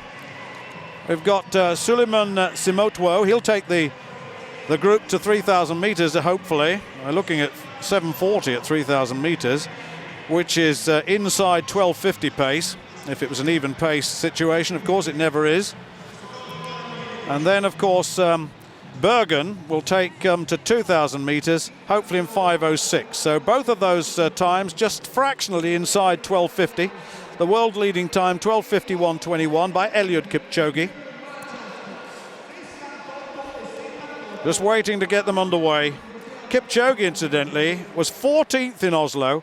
He had treatment for malaria. He had a real problem, and we understand he's back in business now. We shall see. Big field. Well, there are 16, including the 2 pacemakers. And once again, I expect it to be fast. Very fast indeed. The man who emerged, incidentally, from the Oslo race was Imen Murga. He's a 10,000 metre man, really, although he was third in Doha in 5,000, then won the race. He's in about 7th or 8th place at the moment. And we'll look for those times. They're looking for something under 12:50. Back to the race in a moment. Chantillo then. First attempt at 2:05. This for a new US record, a new personal best, of course. Not a bad attempt, though. Not a bad attempt. She's in second place, remember, on countback. 2:03 is a wonderful jump from her tonight. It really does underline that US record a couple of weeks ago of 2:04, 2 meters and 4 centimeters. Well, Tariku Bekele is the man, the Ethiopian, the brother of the great man, who's leading the race, just 3 or 4 meters off the pacemakers there. Just checking 1 or 2 of them. Chepkok is up there as well, the Kenyan, who featured well in the last race. Daba is there as well. Well, back to this long jump competition. Saladino, Irving Saladino. Opened with 2 no jumps. Then a 7.99 for the Panamanian. The Olympic champion, remember, Saladino. Fouled out in Berlin last summer. Lovely, light, airy looking jumper. Looks almost effortless. But that one from Saladino, around 8 meters. It's wonderful height. 7.99 in the 3rd round was his first valid jump. And that one, yeah, looks well beyond 8 meters. Remember, at 8.42, he's chasing 8.13 there from Saladino. At least he gets a solid mark on the board. Dwight Phillips still leads with that 8.42. Bekele then still leading this group. Chepkok in 3rd place. Daba is in 2nd place in the race proper. Kumar is there. Kipchoge is there as well, who holds the best performance for this race. And that a very, very quick time indeed at 12:46.53. Set the meeting record here, obviously, here in 2004. There's Rotich coming through very strongly as well. Kisoria is also there in the orange vest. What was the 1,000-meter time there, Tim? 2:31.97, more or less 2:32, but a little bit worrying, Stuart. The first lap was around 58 seconds. The pacemakers went through crazy pace through the first 400 meters. That lap to take them up to 1,000, 63.4, way outside of schedule. And you don't want pacemakers doing that. You want them to, the point of them being there is to take the pressure, take the psychological and physical effort of leading and lay down a nice steady rhythm, get the tempo nice and even. And they haven't done that at all tonight. A sub 60, followed very shortly by a 63.5. It's dreadful.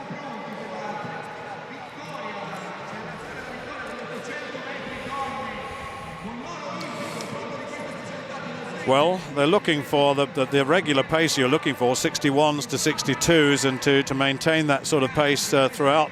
If they can, it'll obviously be a battle towards the end. And the race yet still to emerge, that's for sure. Bekele still leading the pack as they go into that back straight once again. Nothing much occurring at the moment, Tim. It's a very steady race. Rotech is there. I was just looking for Merger. I think he's a little. Oh, I think Merger's down in about. Is that him in 6th place, 7th place? We'll check him in a minute. I mean, he's the winner from last time, and he was very, very strong. Lapierre then. Fabrice Lapierre, the man of the moment for Australian athletics. World junior champion earlier on this year. But there's his card, and it's none too impressive, is it, at the moment? Just one valid jump so far for Lapierre. A 7.84 in the 2nd round. And he's a big jumper, this young man. 8.30 this year. He's also had a windy 8.78 back in the Australian Championships. That's more like it. Great height. Almost looked to be moving in slow motion, didn't he? He was World Junior silver medalist back in 2002. World Junior champion in 2009. Little untidy in the air there. Very, very strange technique. But the Commonwealth bronze medalist in 2006. 8.11. At least he's up there, but he's in 3rd place, Lapierre. Now, Spiegelberg again. No, Spiegelberg there at 4.75.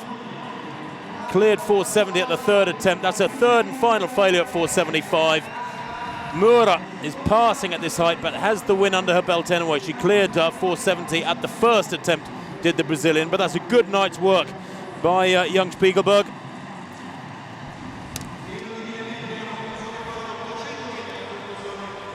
Well, somebody getting an ankle strapped up there. In fact, it's Blanka Vlasic, who is about to jump at 2.05. Shante Lowe has had one attempt, remember, that was a failure. Well, no change, actually. Merger made his way up into that leading group of 7 or 8 men. I think they've settled down into a good pace now, Tim. I think they're obviously looking for inside 12.50 if they can. Yeah, I mean, they need to be moving at around 61.5 seconds per lap, and they went through 2,000 metres to it in 5:07. So the pace-making, not too bad now. It seems to have settled down a little bit. They were looking for 5:05. 5:07 is solid enough. It means they are indeed shifting at about 61.5 seconds. But there's a long way to go, and 5,000 metres, I always think, very, very tough event. It's where the middle distances and the long distances meet, and getting the training right, getting that balance right between real speed and strength is desperately hard. But once you've got it, then you can race pretty competently over distances from 800 right through to half marathon. It's a lovely quality to have. But this middle section of the race, as we see Vlasic getting ready with that strapped ankle, the athletes just want to hang in there and run as economically as possible in the pack. Vlasic then, first attempt at 2:05. Now, she's been in this territory before. Remember, this height for Chanté Lowe would indeed be a new national record. She is the reigning world champion indoors and out. There's no doubting her temperament. I thought, I must admit, that her relatively poor recent form was perhaps just burnout after several seasons at the top of the world, and she's a prolific competitor. She competes again and again and again, but the explanation we got at lunchtime was that she's just trained so hard that the fatigue has got to ease out of those joints and freshness has got to come back. Is it back yet? No. Not on that Elfridenaway, and it wasn't particularly close either. Don't let's forget, though, she's a 2 metre and 8 jumper, is Blanka Vlasic. That did come last year. Fabiana Mura then. Mura in the vault, here at 4 metres 80. Oh, that was close. She passed 4:75. She has the competition won. Spiegelberg, remember, second with 3 attempts at 4:75, unsuccessful. Yeah, just came down on the bar there. Lacked enough forward momentum to take her across the bar, but the high point was there.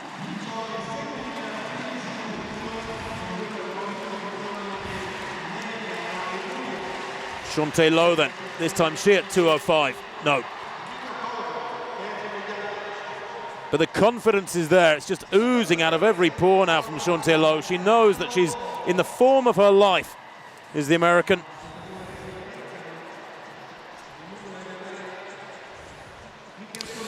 Well, the leader in the race at the moment is Moses Kipsero, the Ugandan, second in the World Cross Country Championships last year.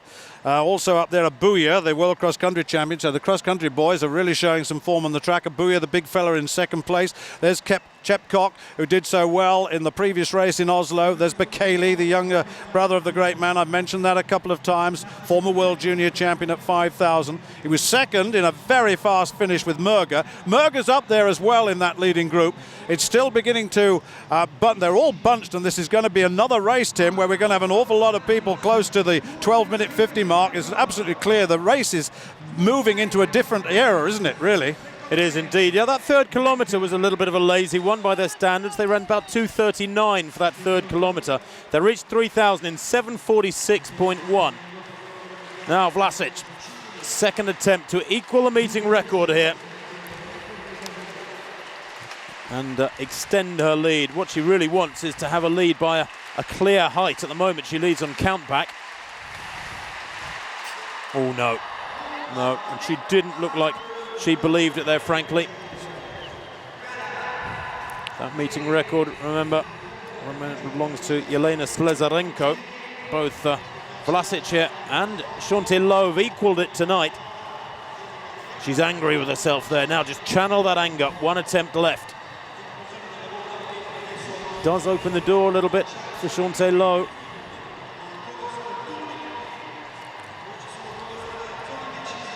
Here's the American. Third and final chance to get it right. Deep in concentration. A wonderful contest this. Without any doubt, it's what has spurred these women on to the big heights. And it's great that Blanka Vlasic, after several years of having the race to herself, has a contest. 2 laps to go then in this 5,000 metres. Kipsero is leading. Abuya in second place. Chepcock in third place. Bekele in fourth place. Behind him is Kisorio of Kenya in the bright orange strip. And with just 2 laps to go, there are a lot of men left in this competition. It's going to be a very good race indeed, as we expected. Kipchoge, the man who holds the best performance, the meeting records, right off the back now, and he's gone. Ebuya looks strong. Bekele looks strong. Chepcock, who featured so well, the Kenyan Armed Forces cross-country champion. The big cross-country men are featuring so well in this race. Now then, who's going to really take off here? Who's got the pace with just a lap and a half to go? Well, certainly Kipsero was fourth in the Olympic final, remember, is leading in that blue vest. Bekele looks strong, in a good position to attack. This is Kisorio on the outside. He's looking good too. Daba also tucked in. There's Murger on the inside. Tucked in on the inside. He's got a lot of work to do in the final stages of this, with just the straight or half the straight way and 1 lap to go now in this 5,000 metres.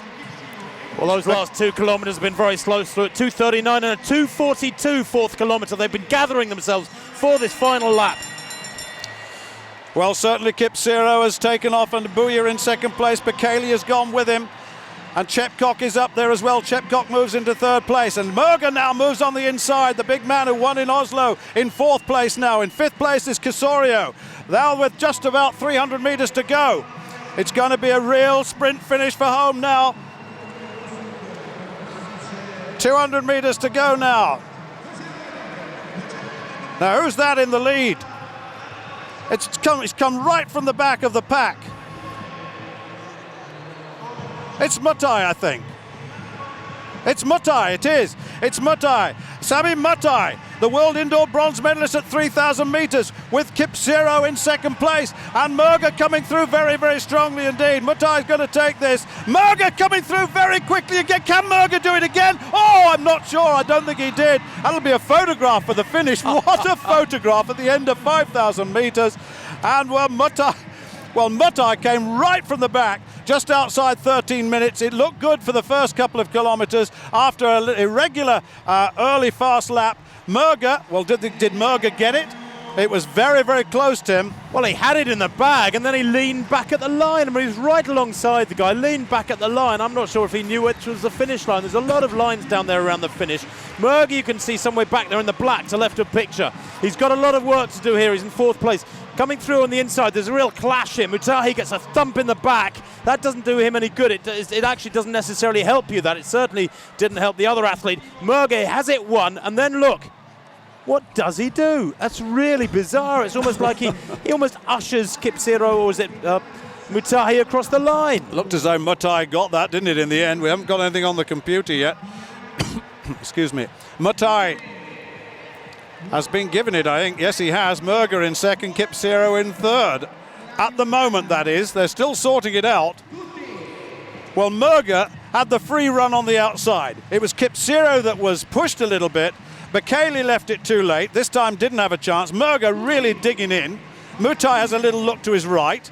And a little push, a little shoulder charge to Murger. I just wonder. Well, what a finish to that. I mean, it was bound to be quick at the end because they were outside of that 13-minute pace towards the end of the race. Now, look at that for a finish for a 5,000 metres. Now then, Tim, what about that? And in 13 minutes exactly. Can you believe it? They still haven't come up with the official result. They're leaving it to the photo equipment, and they're, while on camera there it says 13:00.1. I don't think that's the result yet. Let's wait and see. But what a strange race. They set it up so well. 7:46 at 3K. Promised a great deal, but they really did. He's right back on the throttle in the final 2 kilometres, and it became a game of cat and mouse with just a very quick final lap, frankly. And then it's a lottery. Well, certainly Mutai was nowhere near the front. He came from about 8th or 9th back. We hardly got a mention, if at all, until he burst into the front with 200 to go. Well, that front-on shot, now that was fascinating. And Mutahi here, in the lead in the purple. He's aware of Murger coming. And I'll tell you what, he leans right. Look at this. He does, he leans across, doesn't right. he? Now that's disqualification territory, I'm afraid. Yeah, it is. Murger's been given it. Murger's been given it. That's justice. Well, it is. Murger's got it.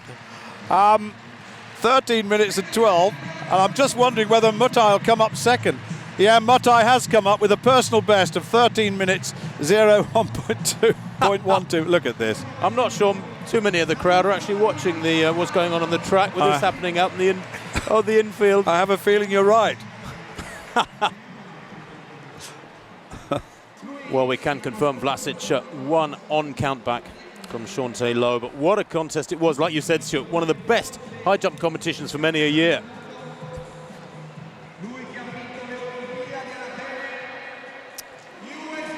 Well, Fabiana Mura has the pole vault won. She won it with the first time clearance at 470. Only Spiegelberg went over that as well, but at the third time, the German. Mura then passed at 475, and here she goes at 480. This the third attempt. No, and that's a shame because her first effort looked pretty good. And that for Fabiana Mura, well, it would have been nowhere near the meeting record. That's 5:03 by Yelena Isinbayeva.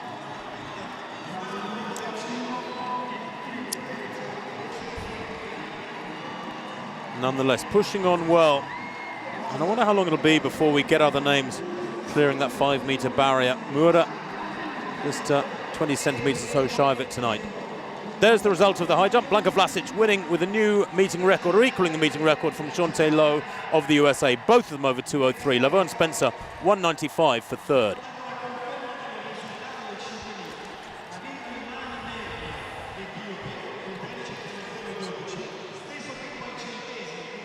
Well, plenty of colour in the crowd. Some of the performers, I believe, who are getting ready for the closing ceremony. Next event on the track will be that men's 1500 metres. And what a beaut that promises to be. And what a night it's been already with so many meeting records. This is the high jump third placer. And let's just catch up on that in a moment. That was Laverne Spencer. This is Shanti Lowe, we saw at 2:03. A great performance. Both she and Vlasic cleared 2:03 on the second attempt, but Vlasic with a very good 2:01. First time clearance took it. And in fact, Vlasic retired the third attempt at 2:05. Happy that she'd won with 2:03. The job was done. No need to go any higher. And so the high jump went with the script in the end, although Shanti Lowe was terrific. Good competition, one of the best.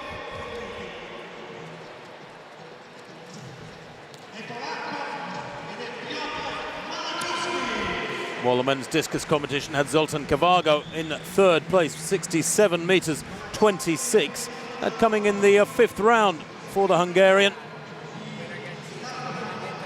He'd opened with a very modest 54-metre effort and then put together a marvellous series of efforts. All his last 5 throws well beyond 64 metres.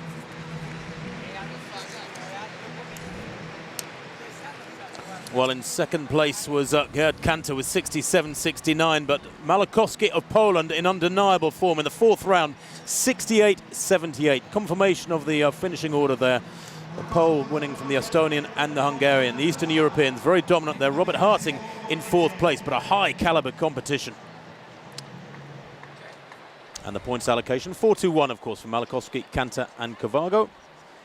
And that's the standings at the moment. Kavago and Malakowski sharing the lead in the Diamond League event standings. Well, it's been a very good evening. A couple of races to come here in Rome. Lascienda Dimas, without any doubt, the performance of the evening. 52.82, a new meeting record and one of the fastest times in history. That women's high jump competition, though, really epitomising the quality of the meeting. 2:03, equalling the meeting record from Vlasic and Shante Lowe. A great evening's athletics in Rome.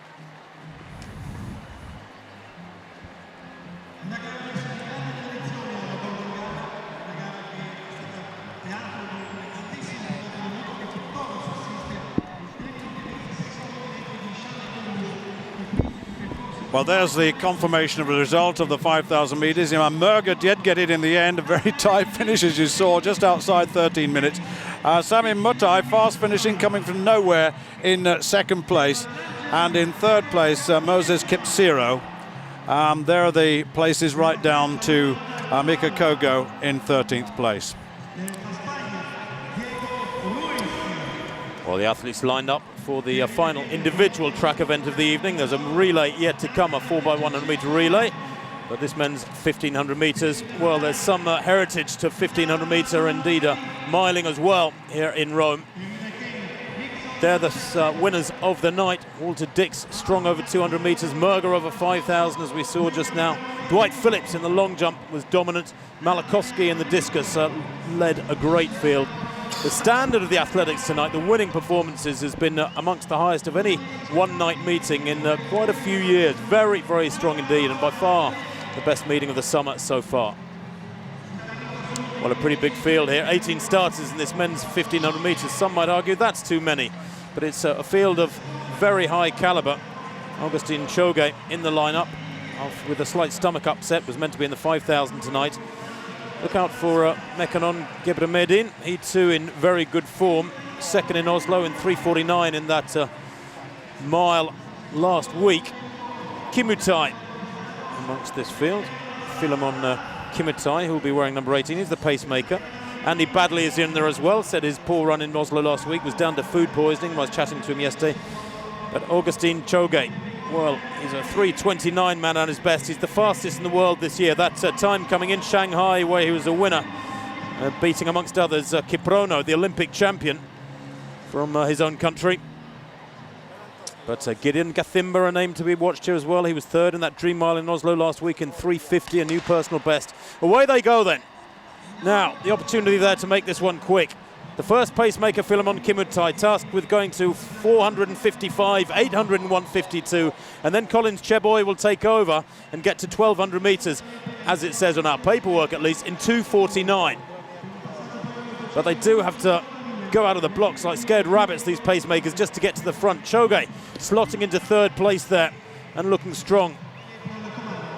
Lovely and relaxed in that blue strip as they come down the straight in front of us. They've settled down nicely now. And that's is that Haklaf, I think. Igida, in fact, in yellow, who has moved into third place. Quite a bit of jostling for position there. Andy Badley about 6th from the back and about 10th or 11th place at the moment. But let's see what this 400-metre split is. It looks pretty sensible, and that's good. 55-23, absolutely spot on.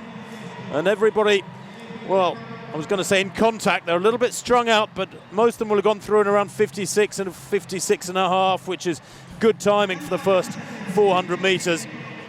Nothing too silly. I think the first lap in Oslo last week in the Dream Mile was 52 something, 52.9. Igida in third place, and he's very much the man in form, is Igida. He's taken some big scalps recently. Winner in Rabat last weekend in 3:34. Silver medalist in the world indoors. That's Igida in yellow, quite well hidden there by the two pacemakers. They come down with 2 laps to go. Komen is there. He's run quickly here as well. Daniel Kipchircher Komen ran his 3:29 personal best here in Rome 4 years ago, can you believe?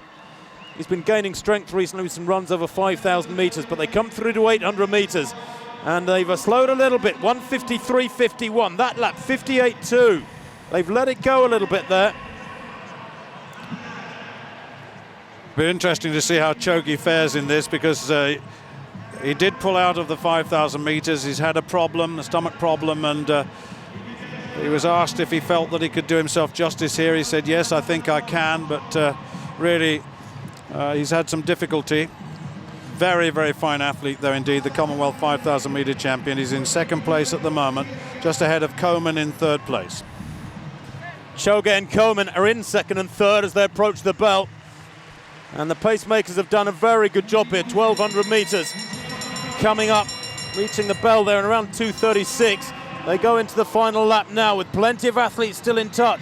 It's Choge from Komen, Gebremedin in third place, and from those who will race. Igida at the moment in yellow, struggling a little bit. 1,200 metres in 2:50, 57.25. That's a pretty solid third lap as they stretch out down the back straight now. It's Komen in second place. Choge leading with 200 metres to run. He does look strong, and he's not really pouring on the pace here. He's just maintaining a very, very high-level tempo, and it's beginning to take its toll on the rest of them. Komen, if you like, has got the perfect pacemaker with 100 metres to go. It's Choge from Komen. They come into the straight now. Choge and Komen, and going well is Rono back in third place, but it's Choge leading and beginning to stretch away, and watch the clock. This is going to be quick. It'll be the fastest time in the world this year by a big chunk, 3:32.21.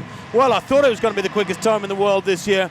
3:32.21, misses it by 1/100th of a second if that time is confirmed. I don't know what sort of stomach trouble he's had, but I wouldn't mind some of it myself, because that was a heck of a run from the Kenyan.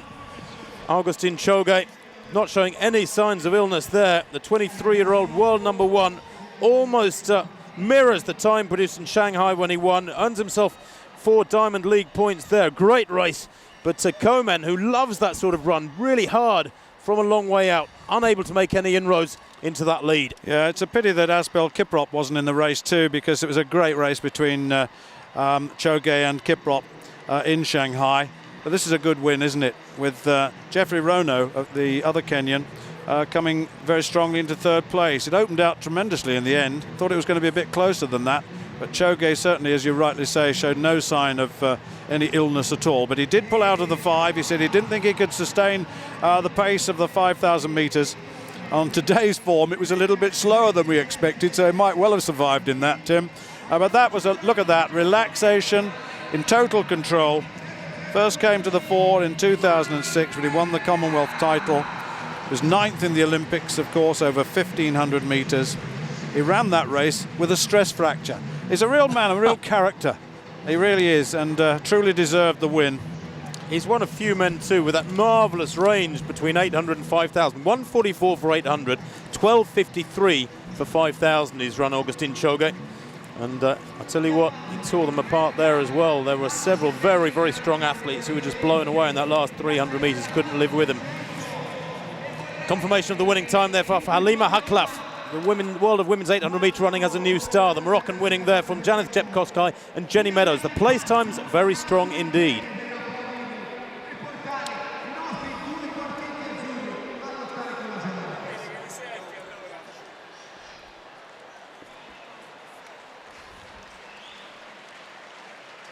Well, prior to tonight, only 4 women in the world had broken 4 minutes.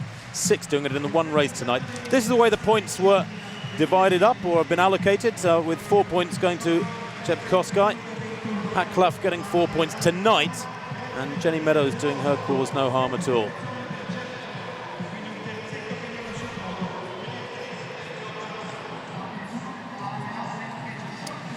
Well, the triple jump finished some time ago. Saladuka in third place with 14 metres and 44. That was her third round attempt. Just getting a quick glance at that. We may see the Ripakova jump in a moment, but there it is. Ripakova second, Savinya with a season's best 14.74. We just saw Saladuka's third attempt there. Ripakova, who was the top rank going into this competition, was in second place, Savinya third. There are the points. Ripakova still maintains the lead over Savinya by 2, 6-4. There we go. This is Ripakova in second place. It was her second round jump of 14 metres and 74. Savinya the same distance, but of course on second best jump that was decided. Savinya of Cuba, beautiful technician in there, very close to 15, 14.74, same as Ripakova, but by virtue of a fourth round jump of 14 metres and 60, takes the lead. Ripakova slightly into a headwind. Savinya with a backwind of 0.4. That's how the luck goes sometimes, but not much to talk about. And that was the women's triple jump, all finished.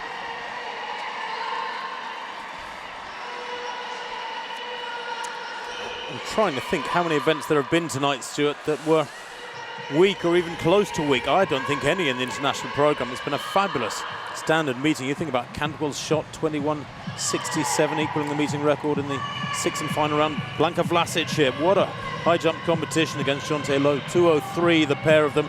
But I guess right at the beginning, Dimas's 400 metre hurdles, perhaps the performance of the meeting?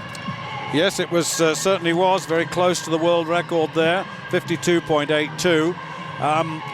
and that a meeting record, a world-leading performance, and clearly the world record is in danger from her this season if she can maintain that sort of form. The conditions were absolutely perfect, but she went into Oslo with a personal best of 50.8 for the 50, just outside 51 seconds it was for the 400 meters flat. Ran a very fast 300 meters, died a little bit in the home straight, but obviously that was setting herself up for this 400 meter race, 400 meter hurdles race.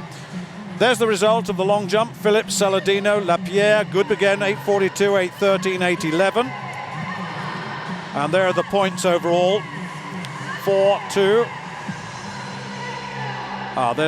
There is the final, or up to date, 5-4-2-2-1. Just to remind you that the athletes accumulate points from one meeting to the next if they get in the first three. 4-2-1 are the points allocated for each of the first three. Well, the next event on the track is the 4x100 meters relay. Unusual to see this, but 9 lanes being used. Italy 2, the Netherlands, Poland, France, Jamaica, Italy 1, Switzerland, Spain and Belgium. Those teams will soon be out.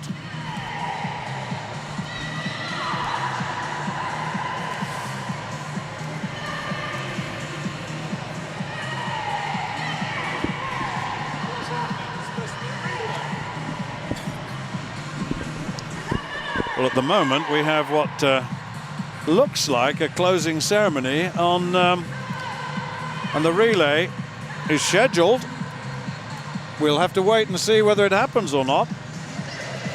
Well, the relay was scheduled, what, about a minute ago. It was due to go off, but at the moment, out in lane 8, there's a bunch of mini trampolines to the extreme right of your picture. Some young ladies bouncing away to entertain the crowd. Indeed, all the way around the track, apart from the home straight, where there's a lady in gold. Well, I can tell you that the women's pole vault was won by Mura Tachnikova, Irina Tachnikova of the Czech Republic, taking third place with 4 meters 60. Rogovska here of Poland sharing third place. She too clearing 4:60 at the first attempt. They had identical cards, although Tachnikova had come in at an earlier height, but that doesn't bear any standing on the way things appear and when the countback is done. Spiegelberg, well, Silke Spiegelberg, very consistent, and this is an impressive performance from the youngster, equaling her personal best at German with 4 meters 70 at the third attempt, hence that smile a mile wide. Fabiana Mura, though, well, she has the confidence of an athlete who can win by a distance. She won by a clear, well, she didn't win by a clear height tonight. She won with a first time clearance at 4 meters 70 and had a couple of pretty good attempts at 480, but that was enough to take victory and maximum Diamond League points.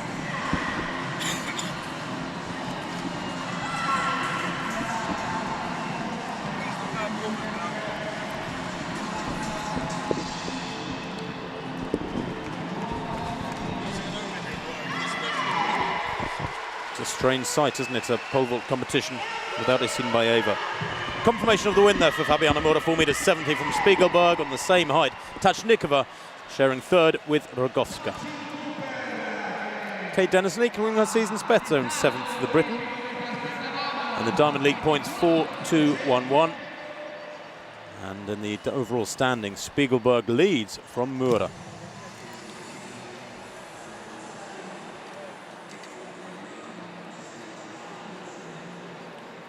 Well, it is still relatively early days. This the 4th of 14 meetings in this Diamond League circuit, this inaugural Diamond League circuit. Remember, the London meeting will be a 2-day meeting at Crystal Palace.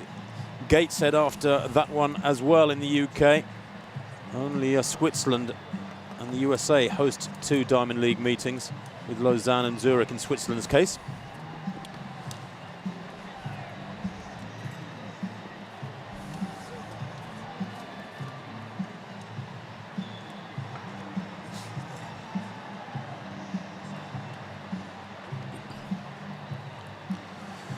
Well, the athletes for the 4x100 meters relay making their way round, dropping off athletes as they go to their takeover positions. The Italians have got 2 teams in this. The Netherlands have got one, Poland, France and Jamaica. It's quite a useful Jamaican side. Obviously, it's not the best side they can put out. I mean, what they've done in the past is quite remarkable. But I'll tell you about their team in a moment. The Italian one team. We've seen one or two of the athletes compete in B races, a couple in the 200 meters earlier on. As a warm-up. Swiss are here, the Spanish are here. And the Belgian team. Well, a chance to reflect upon the men's long jump competition from earlier this evening. Fabrice Lapierre of Australia going out to 8:11 with his fifth round effort rather. In the final round, he did go out beyond 8 meters again, 8:06, but that was his best, 8:11 for third. Irving Saladino, the Olympic champion for Panama, took him till the fourth round to hit a big one, 8:13. It was one of only 2 valid efforts on the night, 4 no jumps for the Olympic champion. Dwight Phillips, well, he taught them all how to do it and get it over and done with early on. He opened with an 8:28. That in itself would have been good enough for the win. But in round 2, he hit a big one, which he didn't seem too happy with. But it was an 8:42 effort, and he won by a comfortable margin here tonight. I think he's not happy because he knows that he's capable of 8:70 and beyond. I mean, he's a champion of some considerable standing. He knows what he's capable of. Holds the championship best performance here beyond 8 meters 60. So I guess in these conditions that was what he was looking for. It's a 2.5 hitch kick. It's a technique which he's perfected, and that jump just beyond 8 meters and 40. It came out at 8 meters and 42, and that extended his lead. Absolutely, he's very, very quick. He has a very fast approach. He's quick over 60 meters, but it's that 40-meter approach that he needs to be quick over. And he accelerates onto the board. He's got good control and lift. And it's very flat because of his speed, but it's 8:42, and that was a world-leading jump and a win for Dwight Phillips of the USA. I suppose, Stuart, athletes of the caliber of Phillips, confirmation of that win for the American, by the way. Dwight Phillips, USA 8:42, well ahead of Saladino and Lapierre, with Johnson the only other man over 8 meters.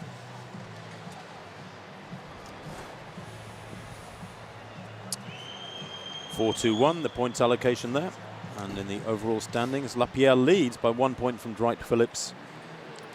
I don't think he's in second and third. There is only one Dwight Phillips. Saladino in third.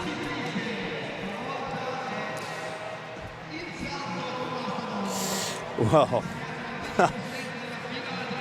there's going to be quite some delay for this relay.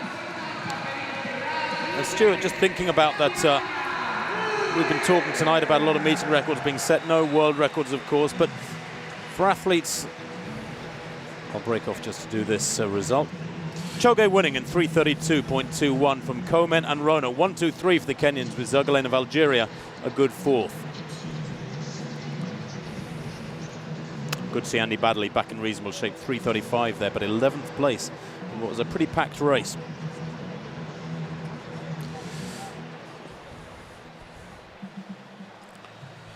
Well, certainly the relay teams, it's a rare opportunity actually to get 4 fellas out to compete in a 4x100 meters relay.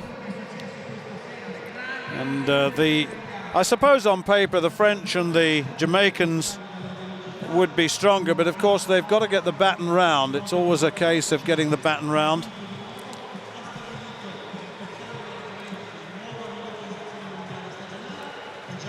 But certainly with Pognon, Lemaitre, Le Sour and Mbanjok, the French might, well, they're probably more practiced than the Jamaicans. It's a totally different Jamaican quartet that's going to take the baton round here.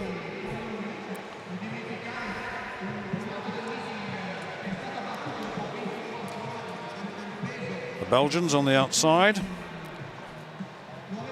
There's the Spanish lead-off runner, that's Ivan Macholi. He hands to Rodriguez and Beter and Malovsny. The Polish. The Dutch.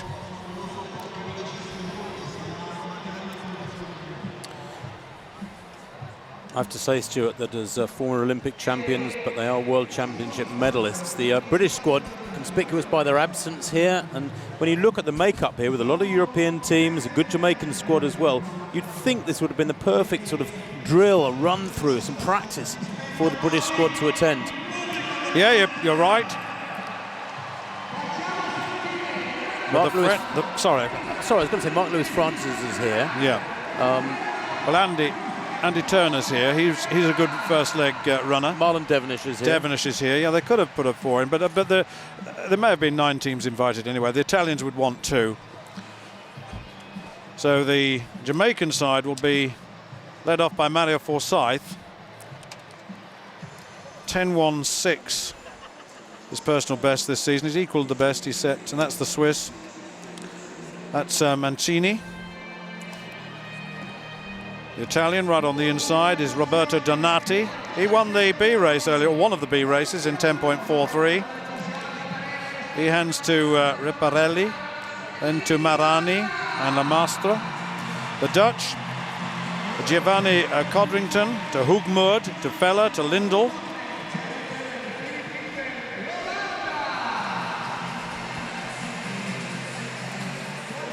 Well, the Polish quartet, Robert Kubicek, Dariusz Kuch, Kamil Masztak and Kamil Krinsky.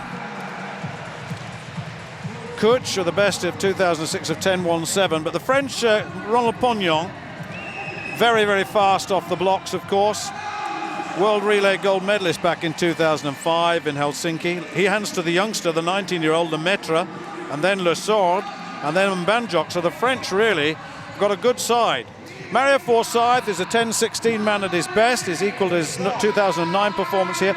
Marvin Anderson, if he's still there, at a very disappointing 200 metres, really struggled. Then Steve Mullins and Lerone Clark. So they've got a good team. The Italians, Tomascio, Collio, De Gregorio and Cecucci.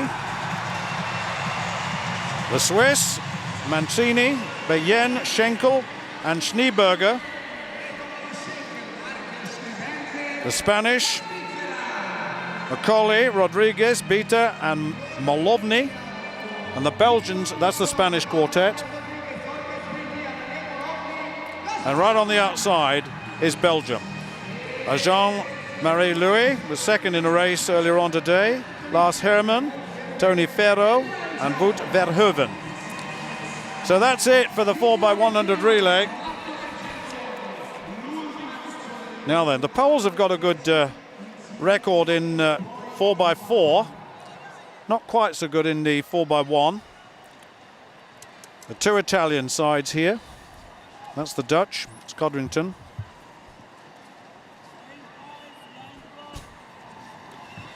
So here we go then.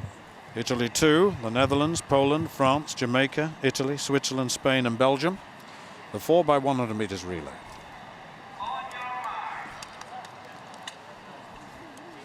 France in lane 4, Jamaica in lane 5.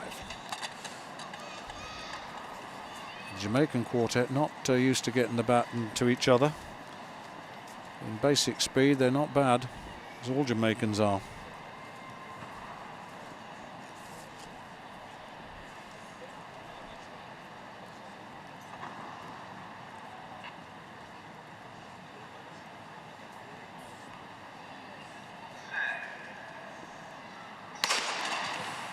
Well, certainly Pognon got away well for France. Not much in it as they go into the first change. Probably Jamaica slightly. Jamaica and France. Jamaica away, France also away, and the young Lemaitre, the youngster, the 19-year-old's making some ground, and it's France leading at the moment as they go into the second changeover on the far bend. France leading at the moment. Jamaica away down that, a very poor changeover here. Italy 2, Italy 1 going very strongly indeed. Out in the 7th lane. Italy 1 going well. France and Italy 1.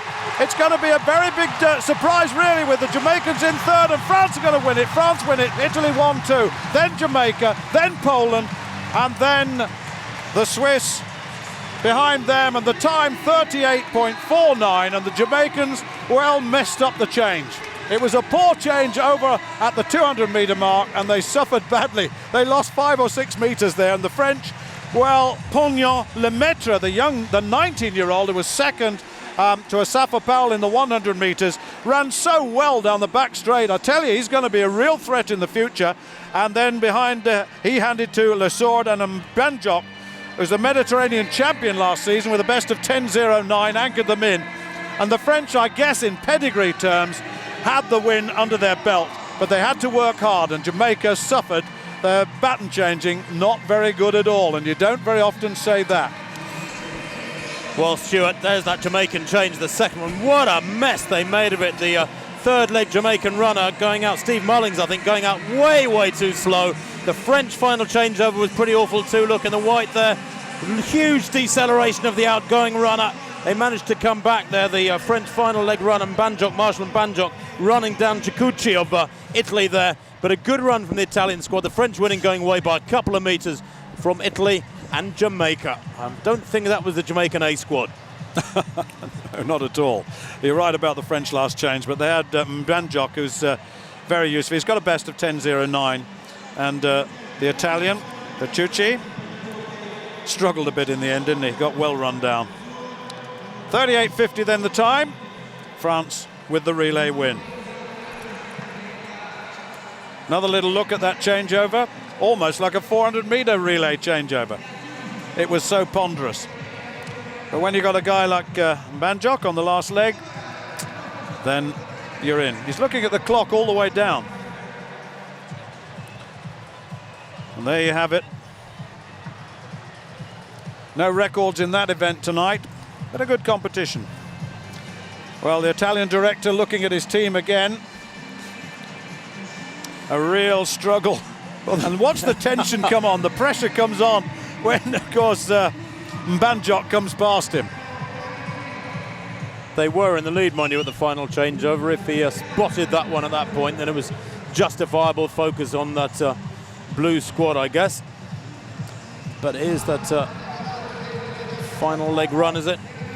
Yes. Down the home straight, and Banjok there showing very good form. To be fair, he took many, many metres out of the Italian Cicucci, probably about 5 or 6 metres. He took over well behind by the time they got the baton across. Finished 3 metres in front. There'll be a force come the European Championships in Barcelona, the French, no doubt. Well, there's the result. France 38.50, Italy won 38.72, Jamaica 39.05 in third place.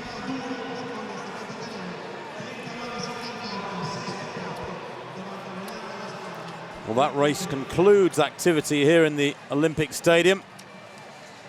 Shame they couldn't finish on a win, but nonetheless a very solid performance by that Italian quartet. And it does end what has been a pretty special evening of athletics here in Rome. The Diamond League Series continues. The next meeting, of course, will be at the Akan Stadium in New York. Less than 48 hours away now, that meeting. Great performances tonight from the likes of Lashinda Dimas, Asafa Powell, Haklaf, the new find in the women's 800, and Vlasic and Shantae Lowe in the women's high jump. New York, less than 48 hours away.